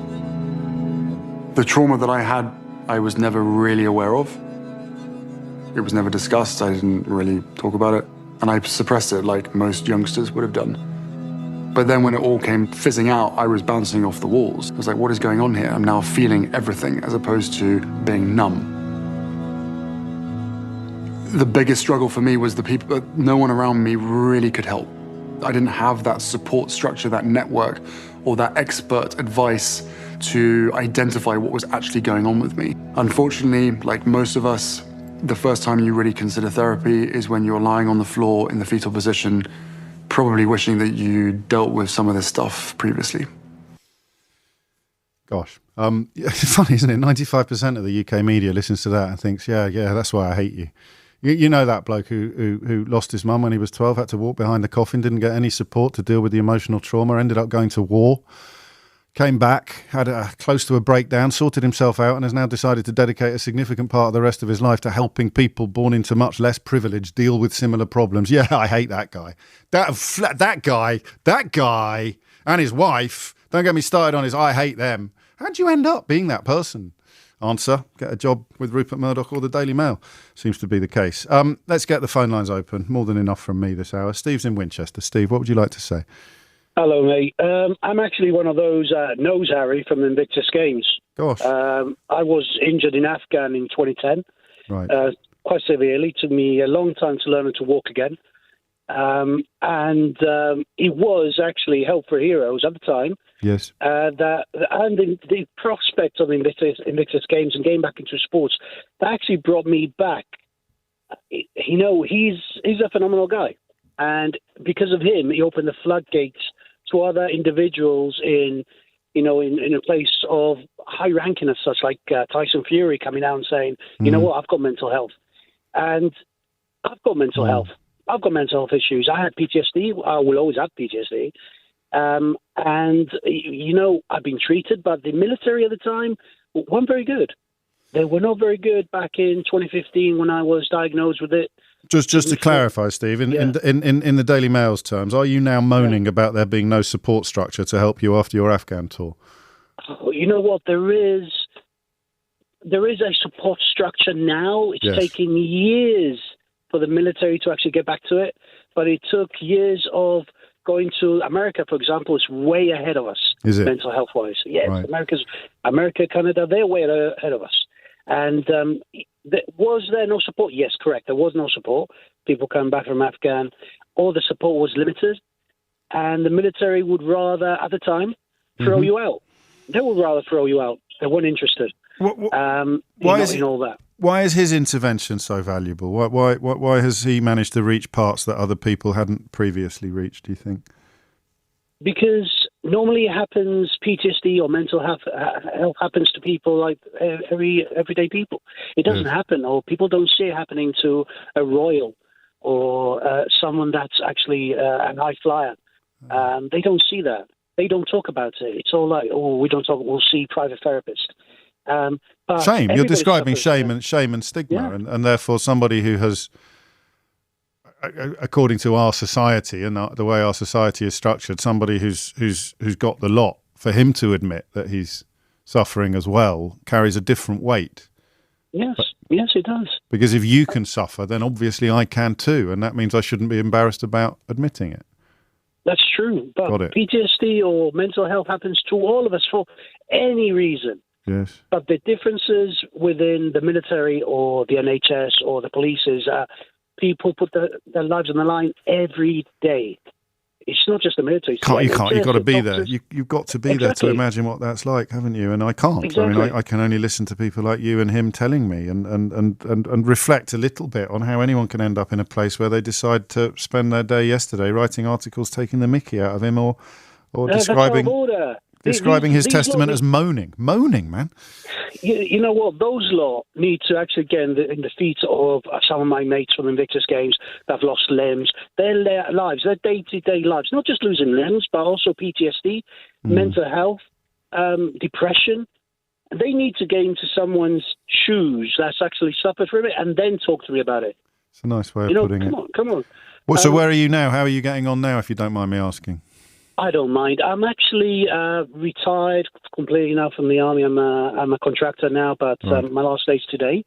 I've decided to open up my own mental health business. Fantastic. So I provide first aid level 1 to 3 and children's also. I've got an idea how to put mental health to universities and stuff because that's something also that's lacking. It certainly is. With that money, James, I'm actually providing a free service to military veterans and their partners. Fantastic. And that's my aim. And that is as a consequence of the help you've received and the role that Help for Heroes and later the Invictus Games have played in that process. Steve, I'm so glad you were listening today. Good luck with it. Seriously, that sounds like a wonderful mission that you're embarking on. Take care. It's coming up to 11:30. You're listening to James O'Brien on LBC. Prince Harry sharing his experiences, says this texter, is very important. He's modelling to all of us about the importance of embracing emotional vulnerability, which is a key part of self-growth. And I can speak with some knowledge on the negative reaction to this, because I would have been, not that long ago, somebody, shush, get over yourself, honestly, this is a load. And I probably wouldn't have done it to a soldier, actually, to be fair. I probably wouldn't. I might have gone, I'm sure he's really suffering in his palace. I think I was probably that crass. I was probably that stupid. But I'd have thought twice about, in any way, trying to undermine the reality of post-traumatic stress disorder for military veterans. But for other people, I wouldn't have been at the front of the queue, but I'd have been in it, poo-pooing it all. Pull your socks up, it's only pain, it doesn't really hurt. Stiff upper lip, didn't do me any harm. It's quite incredible to think about the turnaround in society. And you can't measure the role that Harry has played in it, but you can certainly measure the role that people writing headlines like this, he's back on Netflix moaning that there was no support structure. You know exactly the damage they do to people who might be contemplating coming forward and asking for help. They're being described as whingers, moaners. And that, of course, will make people stay silent and suffer ever more. Thomas Watts is here now with your headlines. Looking smart for a new school year. If you want some quality, George has got the gear. Uniforms that are tough, George is just what you need. With reinforced knees, gonna hit those gates and play as much as I please. Quality schoolwear that stands the test of school time from £3, only at Georgia Asda. In a poll of 40 NetMoms members, 98% would recommend Georgia Asda schoolwear to a friend. Selected Asda stores, subject to availability. Delivery charges may apply. It is 11:34. It's a remarkable state of affairs, isn't it? A couple of you telling me that the hashtag #ShutUpHarry has been trending on Twitter. It's an astonishing achievement that the media has undertaken in order, in many ways, to get Camilla Queen. The trade-off was give us someone we can attack instead, and they threw Prince Harry into the lion's den, and against all expectations, he fought back against the lions, to mix my metaphors horribly. But today we're looking at his work in the field of mental health, particularly, well, especially for military veterans. And just in case you wonder how anyone can end up looking at what he does and what he's done with anything other than admiration and gratitude, you just need to glance at page 4 of today's Daily Mail, which tells us he's been quiet for months, but now the Duke's back on Netflix and moaning there was no support structure to help him after Afghan tour. I don't think there's another military veteran in the country that they would describe as moaning if he or she were to come forward and describe the paucity of support for people returning from active duty. It's got a lot better, as Steve told us, but back when he was there, well, you know the score. Jason's in Manchester. Jason, what made you pick up the phone? Do you know what? This is James, first time I've ever listened to BBC. I'm driving a hire van, and I've had to pull over with my wife. I'm a veteran, 25 years in the service. I left in 2015. I survived 2 roadside bombs in 2005, which killed a number of my colleagues and injured a number of others. And it came very close to ending me. Mate. I don't know what to say, to be honest with you. I hope you didn't find the conversation we were having triggering, to be honest. It's okay. It's absolutely fine. Yeah, it's an incredibly difficult subject to brush over. I don't know why everybody seems to think we have to always continuously use comparisons as, yes. Trauma is trauma. It doesn't matter whether you're having a difficult childbirth or whether you've been blown up by a roadside bomb. Wow. We have a tendency in this country. Yeah. That's such a powerful observation. Yeah, of course it is. But you can see why it's easier for people to understand your trauma than it is for somebody who had a horrible time at boarding school, for example. Yeah, but it doesn't matter. It's just trauma, and the reality, I'm always aghast at it. It was a very difficult thing to admit. I didn't get treatment until the day I said. Oh, we've lost the line. He said he pulled over. I really want to try and get Jason back up if we can, please. It's important, I think, I would say. 11:37 is the time. Paul's in Cambridge. Paul, what made you pick up the phone? Yeah, hi, James. I listen to your show all the time. Thanks for taking me to call. Very welcome. I did 11 operational tours during my military career. And early on in 2004, I think it was, I was diagnosed with PTSD. But nothing was done. Nothing. It was just entered onto me medical notes. And I just cracked on, really. And then I left the Green Army and I went on to do other things within the military. And I was just bomb-bursted from one operational tour to the other. So I did about 3 Afghans, 2 Iraqs. I left the Army. I left the military in 2009 thinking everything was okay. Yeah. On the outside, to everybody, I looked successful. I had the house, I had the car. Sure. But inside, I was just tearing myself apart. And you thought that was normal, did you? You thought that's just how life was, or did you realise that something was wrong? I had absolutely no idea what was going on. Yeah. And what happened with this was I started adopting, coping strategies, Yeah. So I was working 18 hours a day, 7 days a week as a contractor. But then I was drinking heavily. Yeah. I was going out drinking even more, getting violent, and just drinking constantly. Until such point where I became involved with the criminal justice system. Oh dear. And ended up with a custodial sentence. It was only after that I received mental health support. So you only really got help in prison? Yeah, from day one. That says it all, doesn't it? Through my whole sentence, I had mental health support, so I'd gone through everything, even up to EMDR. And then when I got out, I was referred to Op Courage. Right. Yes. Which I'm still in now. So I'm in the complex treatment service, and I'm having therapy now for every fortnight. And I've been doing that now for 3 years. How are you getting on? Yeah, the therapy works. Well, I wouldn't say it works. It doesn't fix it. It's really, really difficult, because I'd made the transition. Well, I never made the transition from the military to the civilian world well. And then I obviously went into the custodial system, the prison system. So then I'm making another transition. And it's only now that I'm finding that I'm making that transition from the military, but with significant support from, the NHS mental health services. Well, I wonder if I can steer you to then that phrase support structure and the fact that Harry is drawing attention to the fact that when people like you and him came out of the service, it simply wasn't there. How helpful do you think these interventions are to people still in the service or people still struggling with the sort of issues that you're describing and suffering from? I mean, the interventions are there, now. Now they weren't there at my time.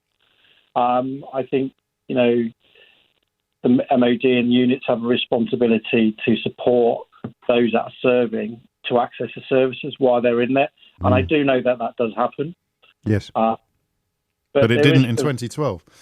No. And it wasn't in 2009, when I left. Yeah. So when Prince Harry brings it up, he's shining a light on the lack of veteran support services that were available. Why? I mean, I think this might be a silly question, but I'd like to hear your answer to it. The harder, the more macho your profession is perceived to be, the harder it must be to articulate vulnerability, I think. It's very, very difficult, especially as you go up the rank structure, because you've got younger soldiers looking up to you. Yes. So you have to be even more stronger, and not show any signs of weaknesses, because they want to follow you. They want to be what you're going to be. Of course. But what they don't realise is, that they're all vulnerable to mental health issues, whether that's a circumstance of an operational tour or another thing. PTSD just doesn't always just come from, military operations. No, of course not. And it's a much better world now than it was when you came out in 2009, I think. But my goodness, there's still a long way to go, isn't there, before it's as good as it could be? Yeah, I mean, I think we're so far behind other countries like America, Canada. I have to be honest, that surprises me. It shames me as well, but it does. I mean, it just means the example is there to follow, and people have chosen not to follow it. Yeah, I mean, the models are out there. The Canadian model was absolutely brilliant. I do quite a lot now. Right. I volunteer and I go into prisons and I talk to veterans in the prison system now, and I do that on a monthly basis. I was involved with the development of OpNova as well, new NHS service for veterans in the justice system. So what it's done for me is, although I'm still trying to come to terms with my own mental health, I'm using my lived experience to help develop other things for veterans, whether that's in the justice system or not. Which is what Harry's doing as well. Actually, when you put it like that, you've just got different platforms and different profiles. So you work in different ways, but using your lived experience to help other people come out of the darkness quicker. Absolutely, and the thing is, I don't get chastised for it, and I get people contacting me all the time. Whether I'm doing some work with the NHS at the moment. Right. Been doing stuff with King's College London. For the past 2.5 years, and they all want to know, and they all want my opinion on how they can do or how things can be done better. And I find it tragic that you've got a tabloid like, we call the Daily Mail the Daily Hate. Yes. That's what we call it. Moaning about there being no support structure today. Constantly, where all the guy is doing is just, he's bringing it out. He's giving people, veterans like myself, the confidence to speak out.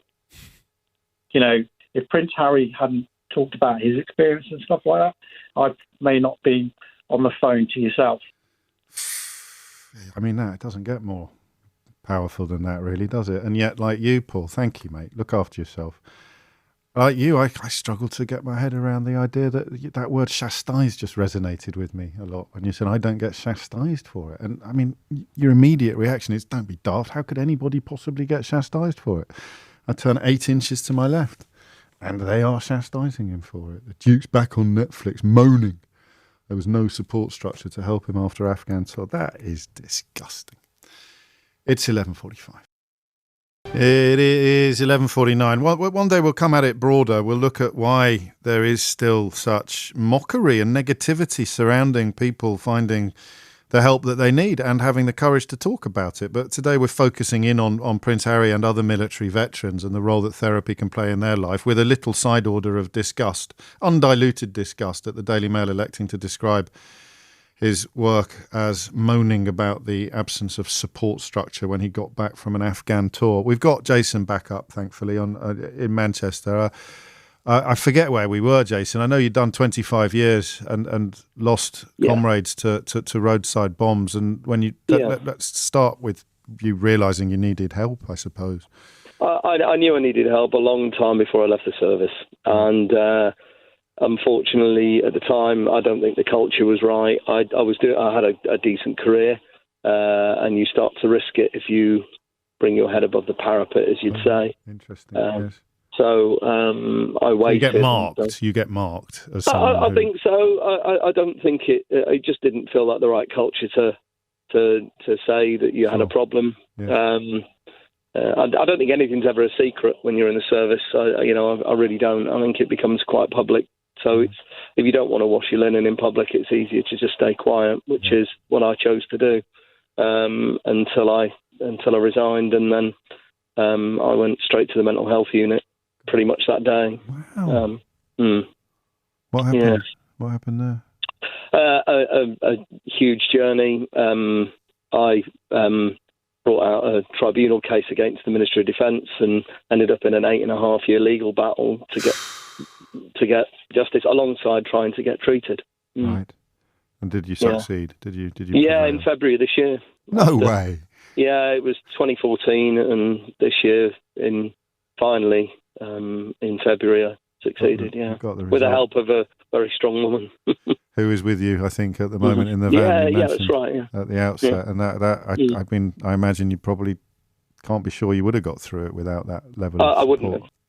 I want to ask you about the importance of interventions like Prince Harry's, if that's appropriate.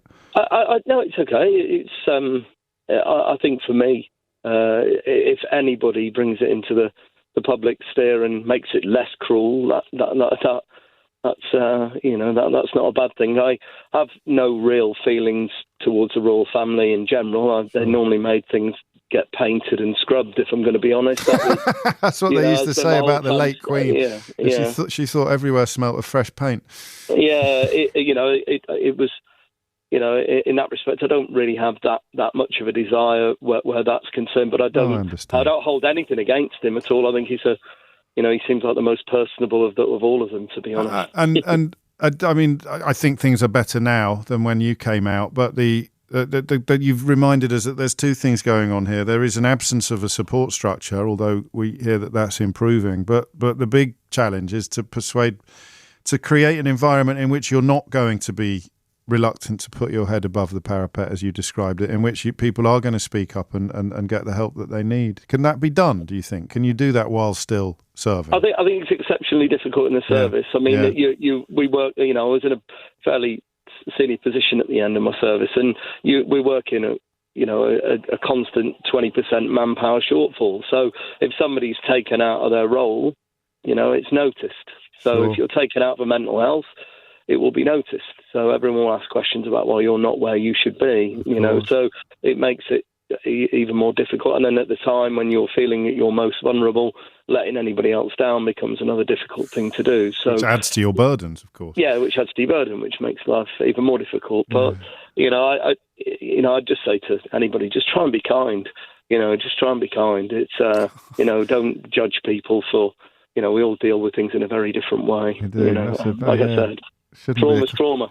Try and be kind, and trauma's trauma. Finally, how are you getting on? How are you doing? I mean, since February, I presume you've been feeling a lot lighter, or not? Yeah, I mean, it's difficult. I mean, I live pretty much in isolation now with my wife, Kate. I've had to change. I've had a rocky road as I left and trying to find my way, but I've found it within nature. Really, I spend most of my time with nature. It's very forgiving. Of course it is, and so I can get that completely. It also reminds you of your own relative insignificance in the great scheme of things. 100, the pale blue dot, I'd say, James. Top man, Jason. I'm sorry that I brought this into your van today, and I'm sorry to Kate as well. But I am glad you were listening, and I'm so grateful to you for ringing in. All the best, my friend. And you. You take care. Gosh. Coming up to 11:55, and if anyone wants to file that under moaning, then frankly they can clear off and find another radio show to listen to for the rest of their lives. If any of those issues that Jason touched upon there do affect you, don't forget the Samaritans are available 24 hours a day, 365 days a year. You can call them on 116 123. And for specifically military people, then Combat Stress, which I mentioned at the outset, is the leading charity for veterans' mental health help, and they are also available 24/7. Their helpline is 0800 138 1619. That's 0800 138 1619. If you go to their website, that's Combat Stress. You'll also find text and email contacts as well. Bob is, and remember, in many ways, this hour is about having the, I don't want to say courage, but it's the only word I can think of to come forward and say, I need some help. And that is why I think that when you hear from people like Jason or Steve, and obviously on a much greater platform from people like Prince Harry, you can't really underestimate the importance of the work that's been done. Bob's in Tunbridge Wells. Bob, what would you like to say? First of all, thank you for bringing this to everyone's attention. I really appreciate it. Thank you. As a veteran myself, I did 10 years in the Navy, and I've just retired from the Fire and Rescue Service after doing 24 plus years. Oh. I totally agree with everybody else that are saying this, that they've had to pull over and speak. I'm doing exactly the same thing. When I joined the Navy and went down the Falklands and came back, it was a massive well done lads. Yeah. Have a drink. But there was nothing there for support for mental trauma. There are still people from the Falklands that are suffering. There are a lot of homeless people on the streets that are suffering. There has been so many marriages and relationships that have been destroyed by this horrible, horrible illness. Mm. And it's only just recently that they've just realised that PTSD exists. It was denied for many, many years by the MOD. The Americans discovered this during Vietnam and put things in place. We never did anything at all about it. And then you go into prolonged duress stress disorder, which is a constant drip, drip, drip of being exposed to something. Yes. Not just the PTSD. That is another one that affects many people in the military, in the emergency services, for instance. And there are a lot of people that have got things in place, but there are other people that haven't got anything in place. And it just seems that, thankfully, that now Harry has realised that there's nothing in place. His voice is being heard, sadly, by not many people in the major press, because they think it's a good idea to say, oh, you shouldn't be talking about this. It should be talked about. It should be talked about constantly. Yeah, I mean, you'd think, wouldn't you? I've said it before and I'll say it again, Bob. If you sat down and made a list of things that the British public care about, you would put this on the list, looking after our military veterans. They're constantly, claiming that it's a massive thing, but hatred for Prince Harry seems to overshadow concern for people like you and all our other callers. Can I ask you a slightly strange question? What was better at looking after you, the fire service or the army? Or the Navy, I beg your pardon. The fire service or the fire Navy? service. The fire and rescue service. Really?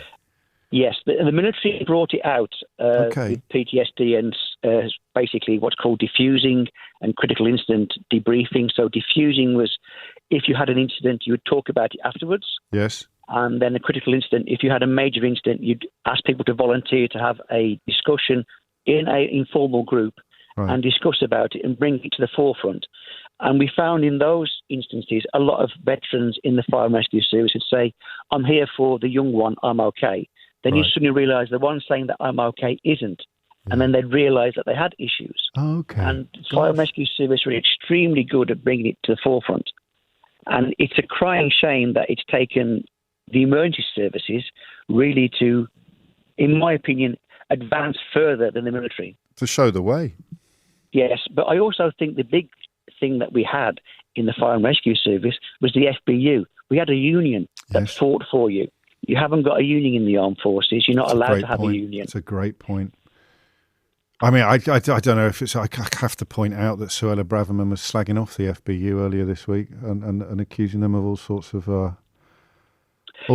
things. But I think I'd rather take your testimony on that one than hers, Bob. I think, and probably on everything else as well. It's a crying shame that they have to highlight bad things. The fire and rescue service, I have had the honour of being there for 24 years, and it was fantastic. Also, my career in the Navy.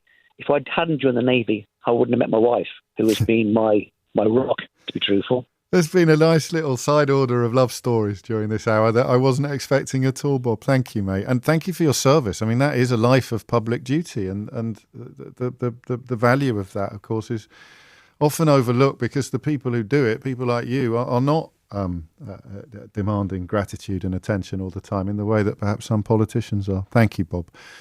Oof. It's coming up to 12 noon. Thank you to everybody who rang in on that hour and all the love that's coming in via text and tweet as well towards our callers. A complete change of pace next because it is Thursday and it is 12 o'clock. But first, the headlines. This is LBC from Global, leading Britain's conversation. Mystery Hour with James O'Brien. 3 minutes after 12 is the time. I did warn you we were heading towards a crunching gear change, but Mystery Hour, the most light-hearted hour of the week that we spend together, usually, sits in stark contrast to the hefty toll of the last hour. But I remain deeply, deeply grateful to everybody who rang in, and indeed to everybody complimenting those contributions. We'll return to this. It's time that we sort of shrugged off some of the political shenanigans and got back to the stuff that we were doing before the country broke.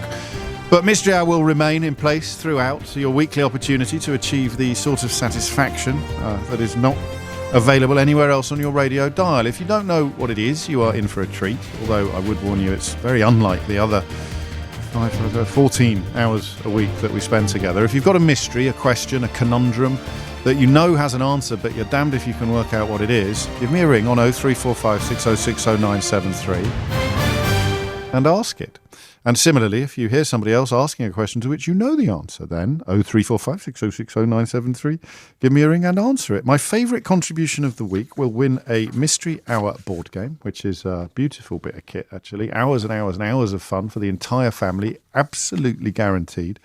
And yours in response or in reward for the best contribution of the week. If you want to buy one, of course, for someone you care for deeply, then go to mysteryhour.co.uk. Find out a little bit more about it over there. I think that's it. The full terms and conditions for the competition element of this feature are available at lbc.co.uk, and the game itself, as I say, is available at mysteryhour.co.uk. Let's crack on, actually. Brad even is in Durham. Brad, question or answer? Well, it'd be strange if I had an answer. It's a question. Yes, it would, but not impossible, Brad, not impossible. True. Place name, James. Yes. So as I become older, I became more interested in why a place is called the places they're called. Yes. But my particular question references where place names end in HAM. So, Yes. for example, Durham, Hexham, Wokingham. What does the HAM mean? I know this. I like this. And do you know? I think it's come up before, and I'd never noted that Durham is a ham, because you don't pronounce it that way, do you? I mean, you normally it's an so Sydenham, I suppose. There's loads in Norfolk. I spend a lot of time in Norfolk, and there are two possibilities. Qualifications, I'm pretty sure it's come up before, and someone cleverer than me knew the answer. So you've got the ham with one M, which is Anglo-Saxon for settlement, right? So that is sort of. Yes, of course it is. Yeah, little settlement, a hamlet. Yeah. And then you've got, I think a double M, which is a like a fen or a water meadow. Okay. So that's where the name would come from. So that is the settlement of Dur, is Durham. And when it has TON on the end, so Hampton? I don't know. You're not allowed two questions, luckily. It'd be a bigger ham, would it? I don't know. A Hampton. I mean, so that was kind of the crux of the question, which I've tried for 3 weeks to get on, and now I'm finally on. What's the difference between a ham and a Hampton? Well, you've blown it, Brad. You've blown it, mate. You've blown it. After 3 weeks of trying to get on, and you've come on and asked the wrong question. All right. I'll put it on the board. I won't take a round of applause. What's the difference between a ham and a Hampton? Yeah. Actually, I like that. It's probably, because I don't know the answer. I prefer it. So you're on. All right. I'm not making new rules. That's an exception that proves the rule. So don't anyone else ask for special treatment. Thank you, Brad. Mind how you go. Back to Durham. Keith's in Willesden Green. Keith, question or answer? I've got a question for you, James. Carry on, Keith. Why do we never have female juniors? You always have do you know what I mean? You've always got little Jimmy Junior or something like that. But little Jimmy Junior. I got all his albums. There's never been like an army of Tracy Juniors running around. No, or the third and the fourth. It's like Michael J. Fotheringham the fourth. That kind of. You don't have that either. It's always. I presume it's hereditary, isn't it? It's because you are the heir to the fortune. Therefore, you are the junior to the current holder of the fortune, and a daughter wouldn't be the heir. Yeah, it's got to be something. I was named after my grandfather. I want to throw my hat in the ring for youngest Keith in the country as well. How old are you? 36. I think you're younger than our Keith. Is that? I'm going to have a quick chat with our Keith. Wait there, Keith. Is that the youngest we've ever had? Has anyone kept a record? I know he's younger than you, but have we kept a record have we had a younger one before? I don't think we. All right, Keith in Willesden Green is currently the youngest Keith in the country. That is. Is that worth a ball game? Or? Well, we'll see. We'll see. You're in the running, mate. Everyone's in the running so far, but I like that. So, question: why do you not have? I love it when you see. I don't know if you do this, and you notice a company. There's oddly back to Norfolk. There's an undertaker on the road that we usually take into Norfolk that is and daughter. It's always quite nice to see that, isn't it? When it says, Jones, Obrien and daughter, or Keith and daughter. You don't see that very often, but you see it more often than you see a female junior, Doris Junior. You're on. I'll find out, but it's going to have something to do with heirs and wills and inheritances is the word I'm looking for. Keith, young Keith. Do they call you young Keith or Keith Junior? I just get called Keith. It's a bit embarrassing having a 70-year-old's name, to be honest, but at least nobody ever forgets you when they meet it. I was about to say there's only one Keith, but we know that there's at least two Keiths in their 30s. Thank you, mate. I like that a lot. Why no female juniors? So I'm James Junior. I was named after my dad and my granddad and my great-granddad. You go back far enough, it would have been Shapps, but the anglicised version of Shapps being James. Why is it not named after your mum, daughters? Dave's in Leytonstone. Dave, question or answer? I have a question for you, please, James. Carry on, Dave. Why do I lose weight when I go to bed overnight? What? I went to bed last night and weighed myself, and when I got up this morning and weighed myself, I've lost 3 pounds. 3 pounds? Yes. What did you go from and to? Then you're going to know I'm lardy. I went from 15.10 to 15.7. Sorry, I had no right to inquire after the details of your experience. So you lost 3 pounds overnight? Yes, and it's not just a one-off thing. I've noticed it for a long time. Well, don't get out of bed, mate. You'll be 12 stone by the weekend. I know, but it's a good idea. I have thought about that one, but the missus won't give way on that one. Do you forgive I've already breached your privacy, but do you sweat a lot? No. No? Don't get up to nothing, unfortunately, when I'm in bed. Now you're volunteering. Behave yourself. You're volunteering it now, Dave. I'm not even asking. Way too much information. So it's not that. And there's no, I mean, you're metabolizing, I suppose. So heat, you do give off heat. So you're metabolizing food while you're asleep. And that would be chemical energy turning into heat energy. But it does seem like a lot, 3 pounds. Are your scales reliable? Absolutely. All right. And it's a regular thing. I mean, I would lose between 2 to 3 pounds every night. And then put it back on again during the day? Absolutely. I'm fascinated now to know about this. It's going to be something close to what I said, I think, but we shall we shall find out. Nice one, Dave. Mind how you go. It is 12:11. 3 questions on the board. We've got the Ham versus Hampton. We've got the female juniors, and we've got Dave's nocturnal weight loss. James is in Tower Hamlets. James, question or answer? I've got an answer for you. Go on. So it's about the ham, and it's an Old English. No, I know that. I don't. Hang on a minute. Who's producing the programme today? I've already answered this one.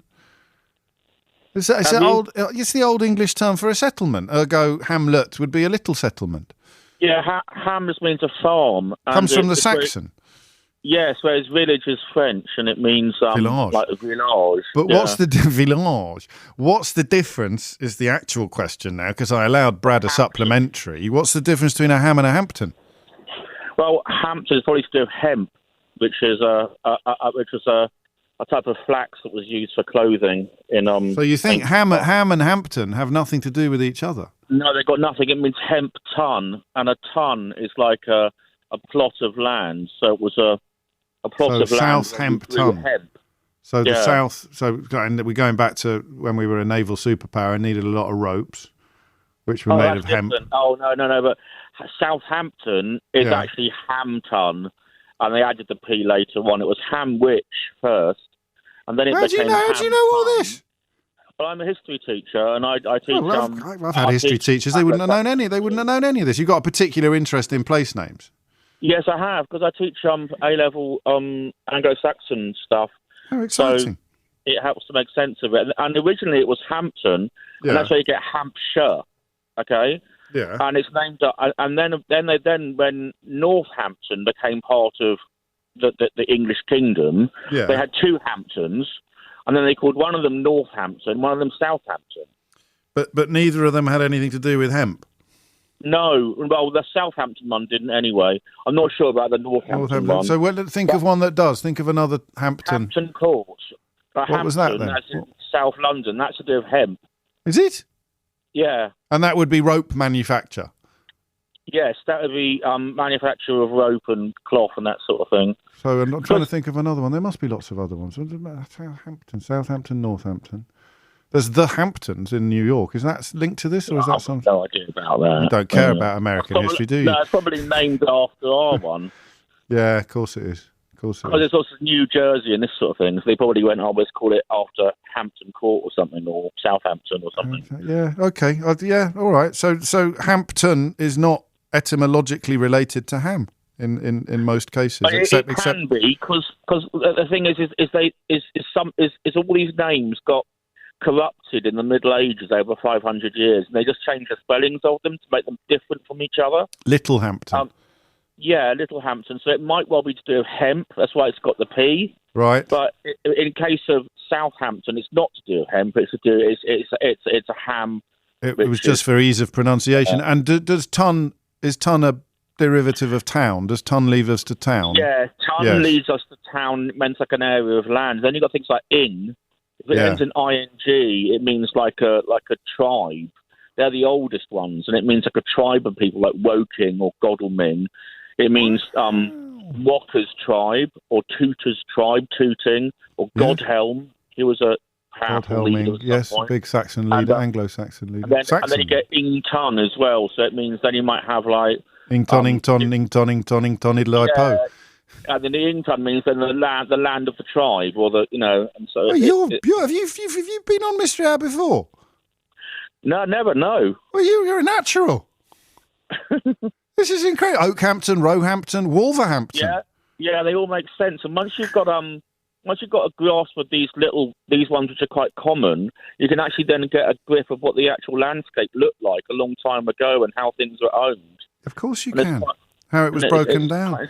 Yeah. Oh, wow. That is a lot. I bet you're a great teacher. You've really communicated your enthusiasm to me and everybody else listening. Qualifications, which you've already told us, but just for the record, what are your qualifications? How do you know all this? Well, I've got a degree in history, and I study Old English and Anglo-Saxon stuff as a hobby, and I teach A-level English history. James, this could be the beginning of a beautiful friendship, this could, James. Make sure you're tuning in 12 o'clock every Thursday, because we get a lot of stuff like this. Round of applause for James, please. Thank you. Thank you. Look at that. Mystery Hour Duck Breaker. It's 12:16. Mystery Hour on LBC with James O'Brien. Call 0345 6060 973. It is 12:18, and indeed, Mystery Hour is underway, your weekly opportunity to achieve the sort of satisfaction not ordinarily available anywhere else on your radio dial. So, we've done the Hams and the Hamptons. I hope that Brad is happy. We need to know why girls aren't called junior. Daughters are never juniors in the way that sons are. And why does Dave lose so much weight while kipping? 03456060973. No Troy Ray Liotta for James. He was good, but it was no Ray Liotta. There'd be lots of people who knew what he knew. I appreciate his knowledge was very specific to the question, but not Ray Liotta territory, I don't believe. Stuart's at Heathrow. Stuart, question or answer? Question, please. Carry on. It's how is the heat generated in a human body? Obviously, it maintains about 37 degrees, but how is that generated inside the human body, and where in the human body is that heat generated? I like that question. I think I'm not going to try and answer, which is odd. No, it's just something I've been wondering. And my wife, she always runs cold. She wants to sleep with the heating on. I always run hot. I always want to sleep with the window open. It's often the other way around, I think. Who has the hotter water in the shower or the bath? Oh, the wife does. Oh, always. Sorry then, yeah. Yeah, the wife does, always, yeah. Always having to turn down the thermostat on that. So she feels the cold more than you do, but she can endure greater heat than you can as well. We're basically the inferior half of the species in every evolutionary measure. Okay. It's just something. We don't have a heating element as such inside of us, and so where does that heat come from? We maintain 37 degrees, and how is that heat generated? Well, I mean, I know roughly how it's generated. It's chemical, like all reactions. Yeah, you're turning chemical energy into heat energy, so it's an but that doesn't make sense, does it? I don't know. Or does it? Exothermic? Metabolism? All right, you're on. It's on the board. How do we generate our own heat inside us? Thank you. No, thank you.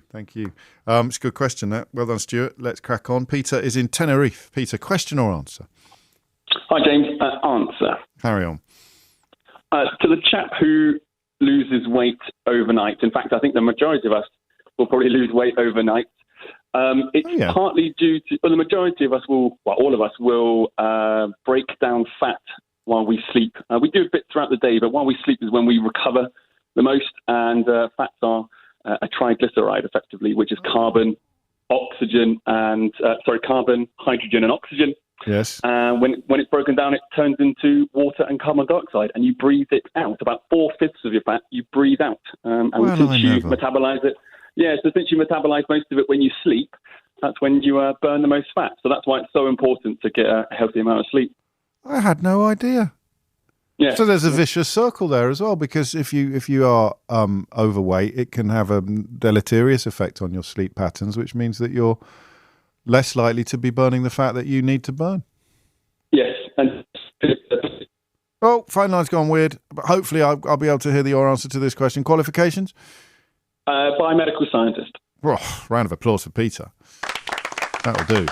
Oh, I never knew that. You're breathing out. You're sort of breaking it down, breaking the fat down into carbon dioxide and water, and then breathing it out. Well, I love that.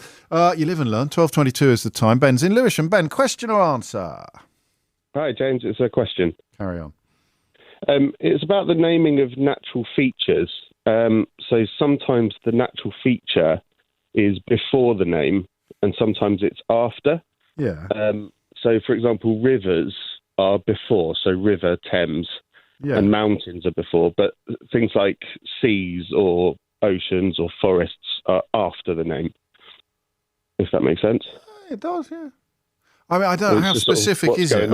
Yeah, so what else is there, though? I mean, apart from rivers and oceans? Mountains? Do we have mountains? A mountain range? Well, do we? So we say... But Mount Everest. Mount Everest.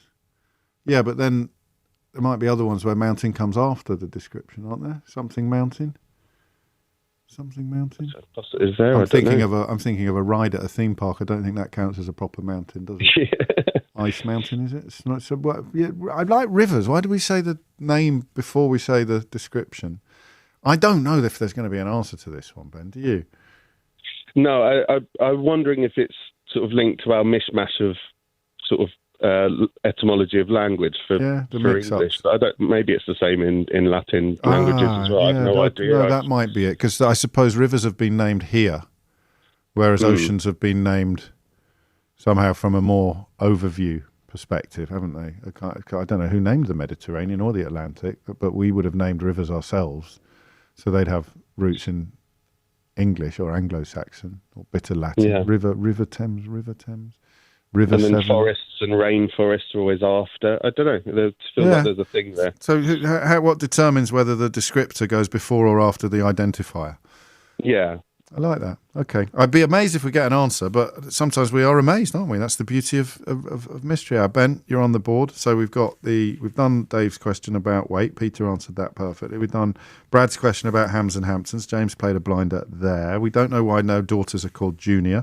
We need to know how the body generates heat, and we need to know why some natural, what's the word, phenomena, have the description, Forest of Dean, Black Mountains. I thought this might happen. Is he still there? Ben, come back.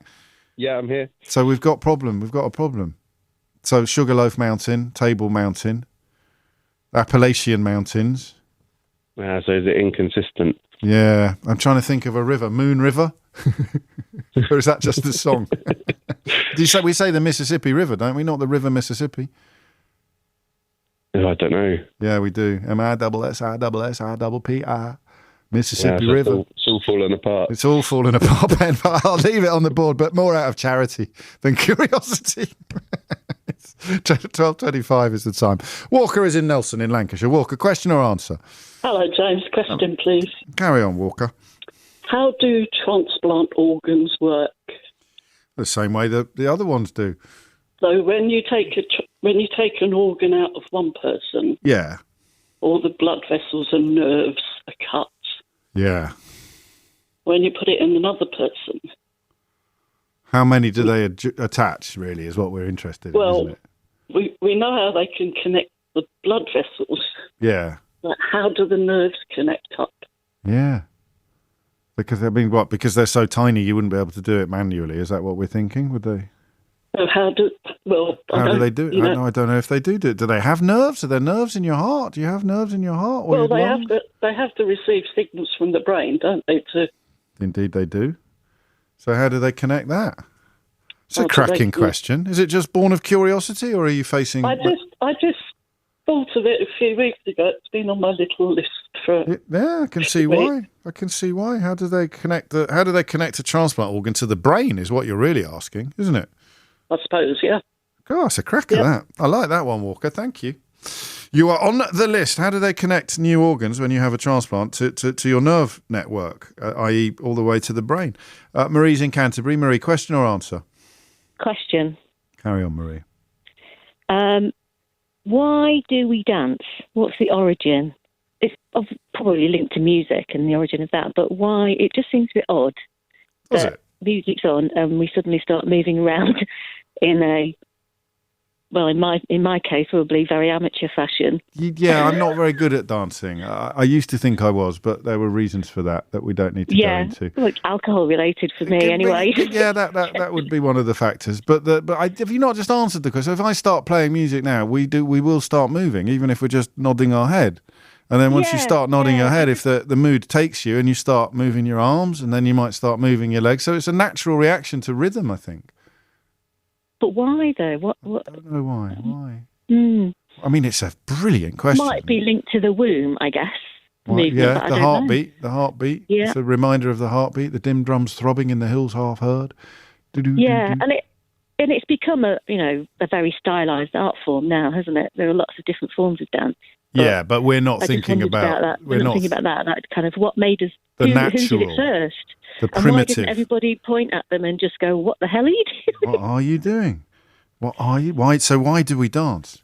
Sounds like an album title, doesn't it? For yeah. For like, I don't know, Air or the Chemical Brothers. Why do we dance? Why do we? Why? Oh, right, you're on the board, Marie. I love that question. Really? Again, as with Ben, I'm not sure we're going to get an answer, but you never know. You will do. This is anthropology, isn't it? This is basic anthropology. Someone will know. Yeah.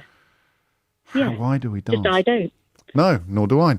Marie, thank you. Why do we dance? How do you connect, or how are transplanted organs connected to the nervous system? I knew when I said nerve system a couple of minutes ago, and in my head it felt wrong. You must do that as well. And I thought, it's nerve system. I wonder what I mean.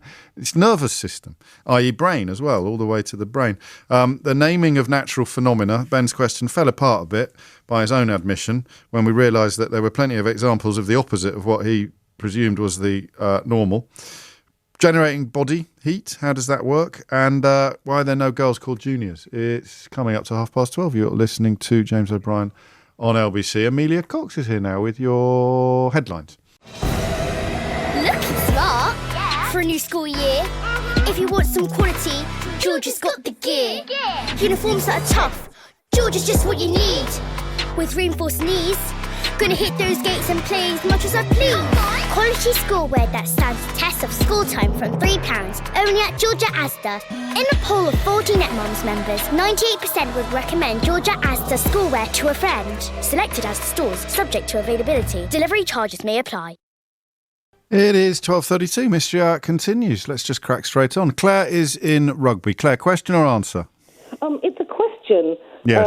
Hello. Hello. It's a bit weird because when I was a child and up into my 20s and 30s, as you're falling asleep and you're sort of just dozing off, I used to get a weird sensation that a part of my body, let's say my head or my foot or my arm, was either huge or like a pinhead or tiny. Right. In relation to, and I don't know if that's a known thing, if there's a name for it, and what would cause it. It was a very peculiar feeling. Well, yes, it is. I mean, I don't think I've ever had that one. Well, yeah, I always wondered because I remember having it on a regular basis. How would it work? I mean, how would you think you had an enormous head? I don't know. It was just a sensation that your head was, because you're drifting off to sleep, your head suddenly was huge or or tiny. Or tiny, or your leg or foot or something was... So any body part would swell up to enormous proportions in your mind? Yes, or to tiny proportions. Or to tiny proportions. Just a weird sensation. I don't know if that's a known thing or... Well, I've never heard of it. Just me being very peculiar. Have you ever asked anybody else? Well, yes, and I don't know anybody else who's had it. No, nor do I. I'd be interested to know. Well, that means, we may not get an answer, but if we don't get an answer, that might mean it's just you. Oh. But it might not. It doesn't happen anymore. I'm older now. I'm sort of in my 60s, but it definitely was a distinct feeling. Well, you're on. So how am I going to phrase the question? I have no idea. I didn't know how to phrase it myself. No. So it's Claire's enormous stroke tiny head just before what's going on there? Arm or whatever. And it was always just like at nodding off time? Yes, as you were sort of drifting into sleep. Yeah, that brings it into a different light, I think, because that's a bit like when you think you're falling or something like that. Your brain is playing tricks on you, isn't it? I might be just a nutcase. Well, no, not a nutcase. You might be unique. You might be special. You might be the next stage of evolution. There might be an evolutionary advantage to what you've described that we are yet to identify. But come the revolution, you'll be in charge. Oh, wonderful. When I come to power. When you come to power with your enormous stroke tiny head. Thank you, Claire. It's on the board. No, thank you. 12:34. So big head, little head, dancing, transplants, heat, and juniors, and also the question that doesn't make sense about rivers. Rod's in, let me see how I get on with this. Esposende in Portugal. Rod, question or answer? Hi, hello. It's spelled Esposende, but the Portuguese tend to pronounce it Spazend. They drop all the vowels at the beginnings and ends of words here. Spazend. I got that horribly wrong. Spazend. Spazend. Okay. Spazend in Portugal. Yeah. Rod's in Spazend. Yeah. Rod, question or answer? It's an answer to the how the body generates heat question. Oh, good man, yes. So, yeah, it's a chemical reaction we break down. Every cell in the body uses glucose to make various ways of making an energy storage molecule called ATP. But instead of making that molecule, it can divert the energy to making heat energy as well. And if the body's temperature is low, then it will divert it more to that temperature to heat you up. Production. And it's got a sort of built-in thermostat, so the body knows roughly where it should be. Yeah, I mean, it can get quite complicated what's going on there. Whereas some animals, like so-called cold-blooded or poikilothermic animals, reptiles, etc., they will tend to then move into an area that's warm to get their body temperature up. Whereas we've got our chemical reactions. That'll do nicely. Qualifications? Retired biology teacher. Lovely. Have you retired to Spazend? Kind of, yeah. Sure, yeah. that's lovely. I do a bit of exam marking occasionally. But lovely. That, that's nice. Teaching, keeping your eye in. Well, it's earned you a round of applause, Rod. Thank you. No, thank you. I've got good news for Claire. My inbox has gone bonkers. Here you go. The feeling of big or tiny arms when drifting off to sleep was something I had as a child. It was terrifying. I was going through trauma at the time. I don't know why, so I'm not going to phone in. Exactly the same thing happened to me, says Jim, when I was younger.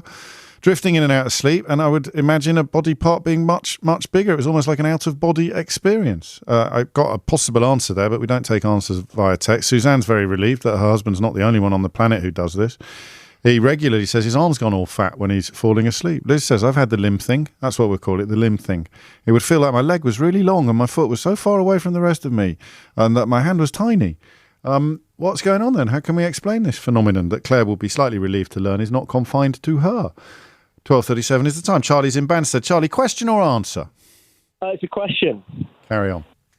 So I was getting ready for work the other morning. Oh, yeah. Oh, yes. Got the antiperspirant, deodorant, whatever you want to call it, out. Yeah. And it just dawned upon me, why do you only spray a very specific niche part of your body in the armpit? Yeah. Why not everywhere else? Why not? Well, you can if you want, Charlie. Well, it's not very cost effective, is it? Or necessary, really. That's the point of the question, isn't it? So I think I know this. So body odor is not sweat, which is what you're thinking. It's stale sweat. And usually stale sweat is going to be sweat's going to be absorbed into your clothes. It's not going to smell. You will get smelly. Your clothes will get smelly if you don't change them for a long, long time. But your armpits are going to get smelly before any other part of your body because of the you produce more sweat there. Very simply put, and also because your arms are usually by your side. It's not going anywhere else. But without getting into too much detail. Yeah. Me, like many others, do sweat elsewhere. Why don't you put it on different parts of your body? Because it's not going to go. It's not going to go stale in the same way. You're not sweating as heavily, so your armpits are producing more sweat, and because it is that the environment of the fold of skin, if you like, is it engenders more staleness. All right, I think I'm satisfied with that. I suspect, and I don't want to get indelicate, but I suspect that probably in the trouser department, where there might be a case for deodorant as well, but we generally wash that pretty carefully, don't we? What I would like to know from someone who shaves their armpits is whether that has an impact on smelliness. It's a good point. Well, because my theory is that the hair, the atmosphere, that it feels like an armpit is like a fetid atmosphere, isn't it? When you think about it, if it was a planet, if you landed on the armpit, you'd be out of there pretty quickly. Whereas if you landed on a kneecap, you'd be sticking your flag right in the ground. I wasn't expecting it to go down the kneecap route, but here we are. Here we are. I'm going to put it on the board. Why do we only spray our armpits? Because I think I've got close to an answer, but I'd be surprised if it was definitive. Thank you, Charlie. It's 12:39. Darren's in Milton Keynes. Darren, question or answer? Question, please, James. Carry on. Okay, regarding a vinyl record player for vinyl records, you've got 3 speeds, 45 RPM, revs per minute. You've got 33 and a third RPM, and you used to have 78 RPM. And the question is, why those specific speeds? Why not different speeds? How are those speeds chosen? Wow. Okay, I thought I was going to know the answer to that. I thought it was going to be, why do we have different speeds? And well, anyway, you didn't ask that, so I won't show off by answering a question you haven't asked and probably getting it wrong anyway. So why those numbers? Why is 33, 45 and 78? 78 for younger listeners was indeed a vinyl category, wasn't it? Indeed, so that's the question. Why those numbers? Chose those speeds for a reason. Yeah, it'll be some sort of ratio, won't it? It'll be some sort of ratio. Yeah, and 78 was the initial speed, years 1930s, whatever. And then they changed to 30. 78 was done away with, so there's a reason for that. Why change it to 33 and a third? Yeah. So there's some reason. I've searched the internet and everything. I cannot find an answer. I've asked everybody. I cannot find an answer to that question. So I think the challenge is out there, James. Well, that's what Miss Joe was invented for. Well, not technically. It was invented so that we could do an hour without running risk of Ofcom rules on the days of by-elections. But it was also invented to get answers to the unanswerables, the previously unanswered questions. So why those numbers? It's not why do we have different speeds, but why 45, 33.3 and 78 when it comes to the revolutions per minute for turntables. Nice one. Thank you, Darren. So a quick reminder, what's the time? 12:41. Before we go to Jamie, we've got quite a lot that still need answers. We need to know, we've done the body heat one. We need to know how transplanted organs are attached to your nervous system. We need to know why we dance. Why do we dance? Why do we dance? We need to know about enormous tiny limb syndromes. We need to know about sweaty armpits, and we need to know about double speeds, multiple speed record players. Jamie's in Chippenham. Jamie, question or answer? Jamie. Yeah, sorry, James. Hello. What were you doing? It's an answer. What were you doing? Well, the line went dead, but I'm here now. Well, what a relief. Question or answer? It's an answer. It's Carry on. An answer to why Claire gets, or not why, but what Claire gets strange feelings about in her bed at night. Yes. It's called Alice in Wonderland syndrome. Shut up. Seriously? It is. Well, I mean, that's the common name for it. I can't remember the scientific or medical name for it. It's a neurological syndrome. I used to suffer from it horrifically when I was a child, to some really bad extremes, and we just put it down to sort of night terrors. But later on in life, I sort of looked it up, and this was a few years ago now, and realised that it wasn't just me or night terrors. It was Alice in Wonderland syndrome. And so you looked into it. And you looked into it. Yeah, absolutely. It seems, and I still suffer from it a little bit. Typically when I'm feeling quite anxious, I still get it at night, and it's sort of when you close your eyes. And yeah, I mean, as a child, I'd go down to my parents. I wouldn't let them touch me because they felt really far away. It's not just it's not just your own body. It's if you open your eyes and actually interact with people, there's a lot of it out there. There's a lot of it in my inbox. So I mean, it is, and quite a lot of people endorsing your Alice in Wonderland syndrome description as well. So do we know why it happens? Is there an explanation for it, or is it just a sort of neurological quirk? Exactly that. I'm sure there probably is some scientific reason, but I'm not entirely sure. But from what I can remember looking into it, that's what it was called, and I suffered from it. Nicely done. As a child, and still do. No, and was it all limbs? Was it your head, your fingers, your leg, anything? I remember it being specifically my fingers, and when I used to interlock my fingers when I was suffering from it. I mean, it sounds silly, but they felt like huge sausages rather than my little tiny 7-year-old fingers. But yeah. Love it. Round of applause for Jamie. Qualifications, you had it, and you looked into it, and you found a name for it, which is what Claire wanted. I never knew that.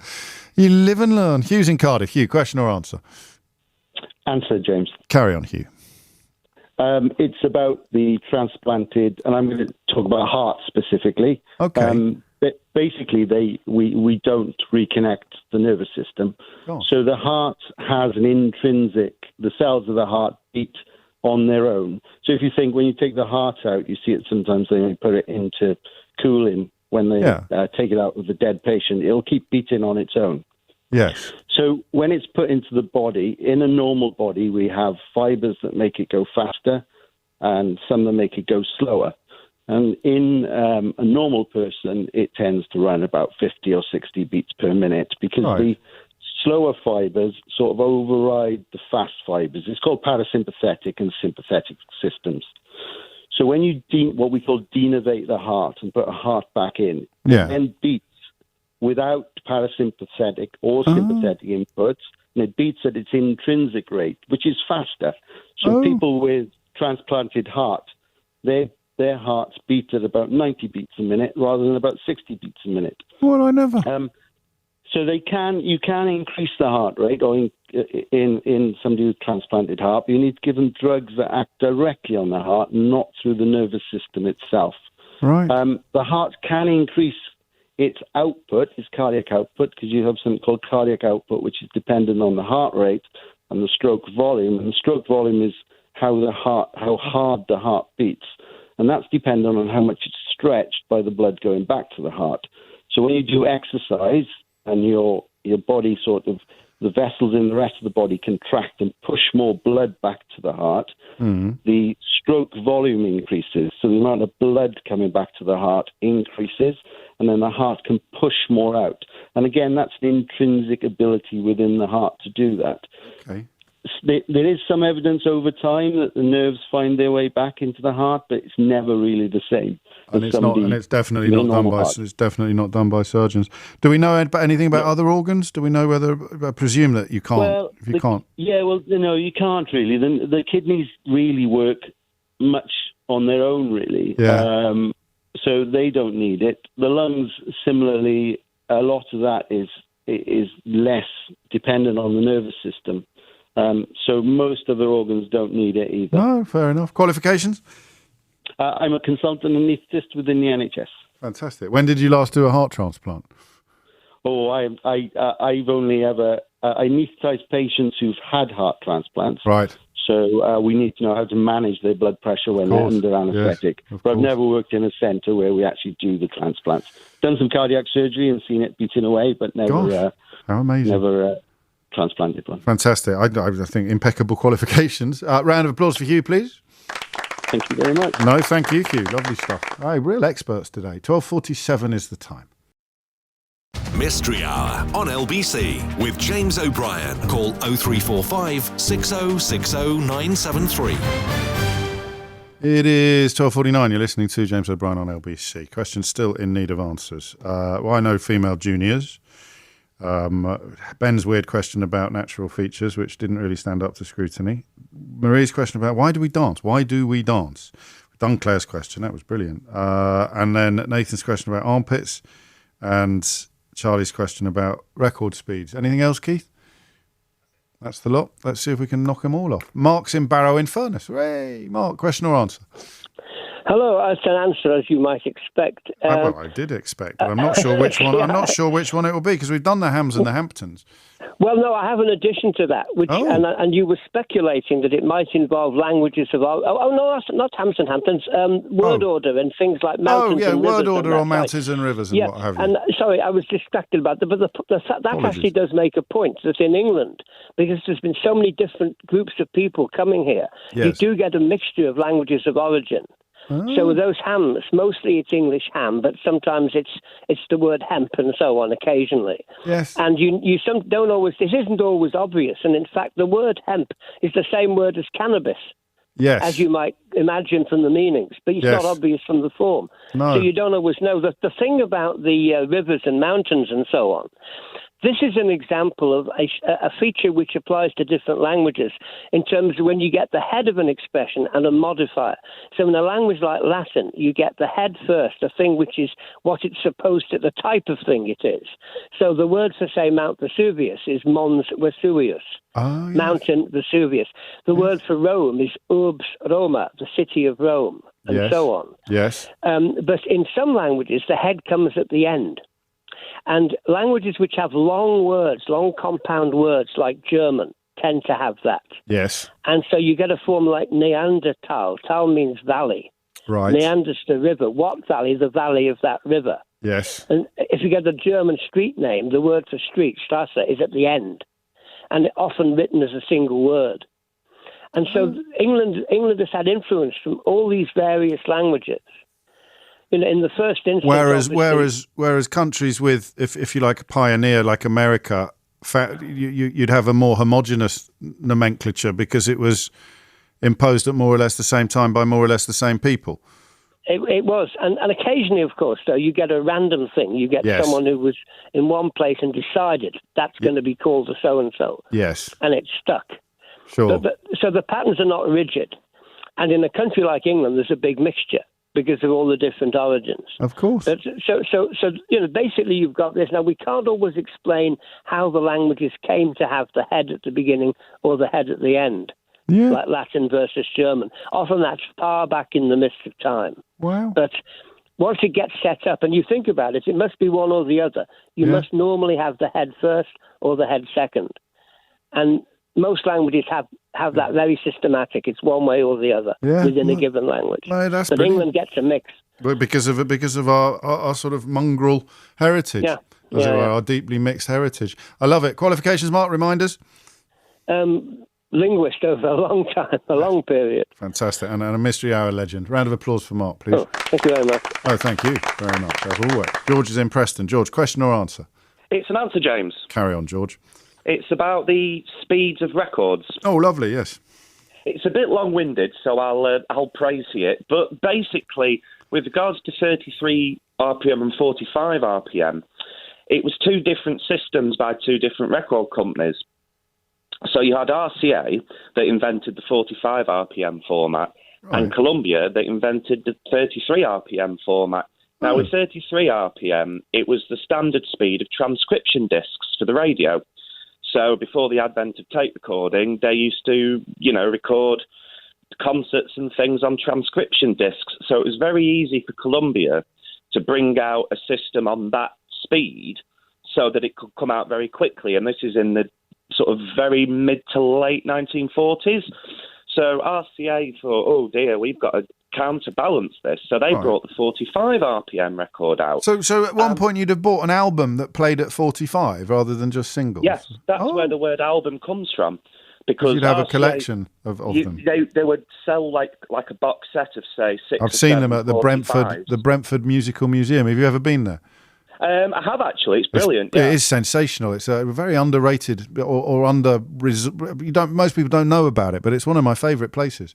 Well, I actually restore and collect vintage record players. I had a feeling then you're in heaven then when you go down there. That Wurlitzer. Have you ever seen them playing the Wurlitzer on the first floor that comes up? I play the Wurlitzer organ as well. You are winding me up, George. No, honestly. And have you been there then? Have you have you had a go?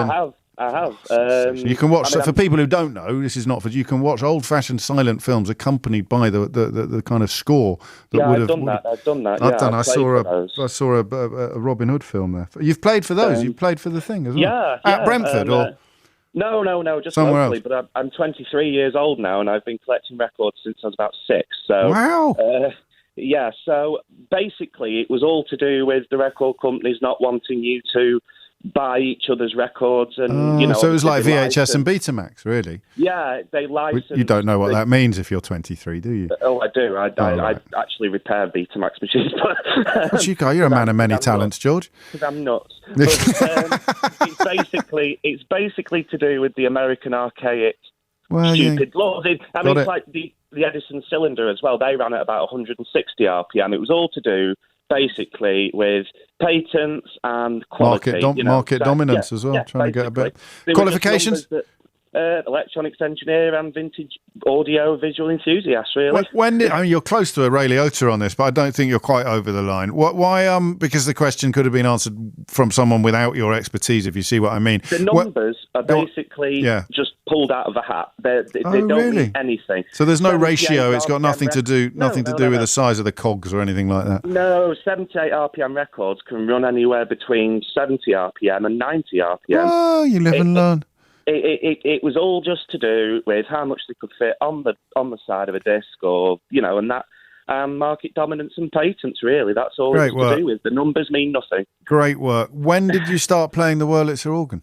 Oh, I I started playing the organ when I was 10. Really? Electronic organ, yeah, because my granddad used to take me to car boot sales and things, and obviously I used to like records, and he bought me some Kraus Wunderlich organ records, and I thought, blimey, that sounds good, I want to play that. So badgered my mum and dad, and they bought me an organ, which they weren't too happy about having that great big thing in the house. But well, like a Bontempi type organ, a sort of. Oh no, it was a Hammond organ. Oh, Hammond organ, really? Yeah. And you progress from that to a Wurlitzer, do you? Yeah, but I haven't got a Wurlitzer in my house just yet, but there is time. Well, be careful. And how hard is it to learn what all the buttons and stops do?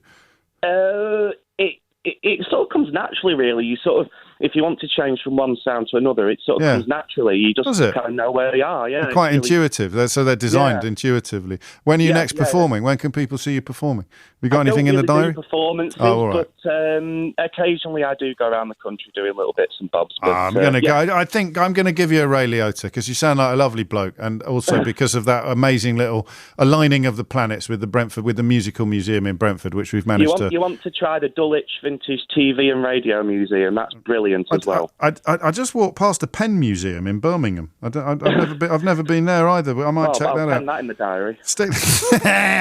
Give him a Ray Liotta, please, Keith. I'm Ray Liotta, and you're listening to James O'Brien on LBC. If you build it, they will come. There you go, George. Thank you, James. Thank you, mate. We'll talk again, I sense. Ellie's in York. Ellie, question or answer? Might be the last one, this. Hello. I've got an answer. Well, yes. I hope. Yeah, so do I. You'll have to be quick. What have we got? The one about dance. Yes, why do we dance? Well, I'm going to disappoint you at first and say there's no real answer because it's a human behaviour thing. Yes. Oh, I know. We've got some ideas.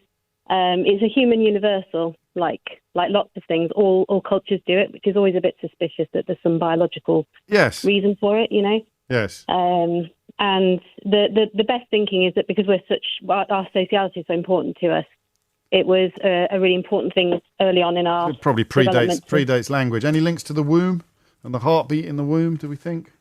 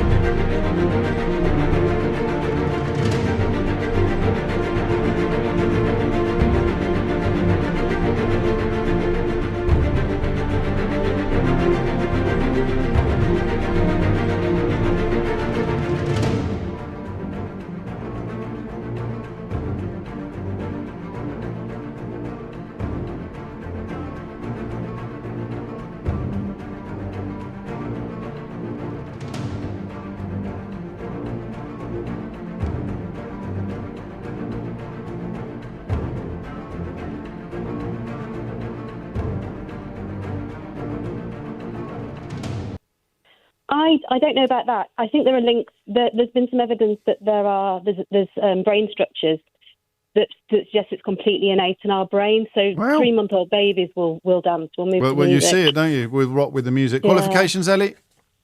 I've got a degree in biological anthropology. That'll do. Round of applause for Ellie. Thank you very much. That's it. That's all we've got time for. I'm going to give the game to George. A very late entry, and he's just nicks James in Tower Hamlets out of the top spot at the very last minute. But I hope you enjoy the game, George. It will be on its way to you. Remember, you can get your own from mysteryhour.co.uk, and you can recreate the fun of this feature in the comfort of your own home. That's it from me for today. Tom Sawbrick with you at 4.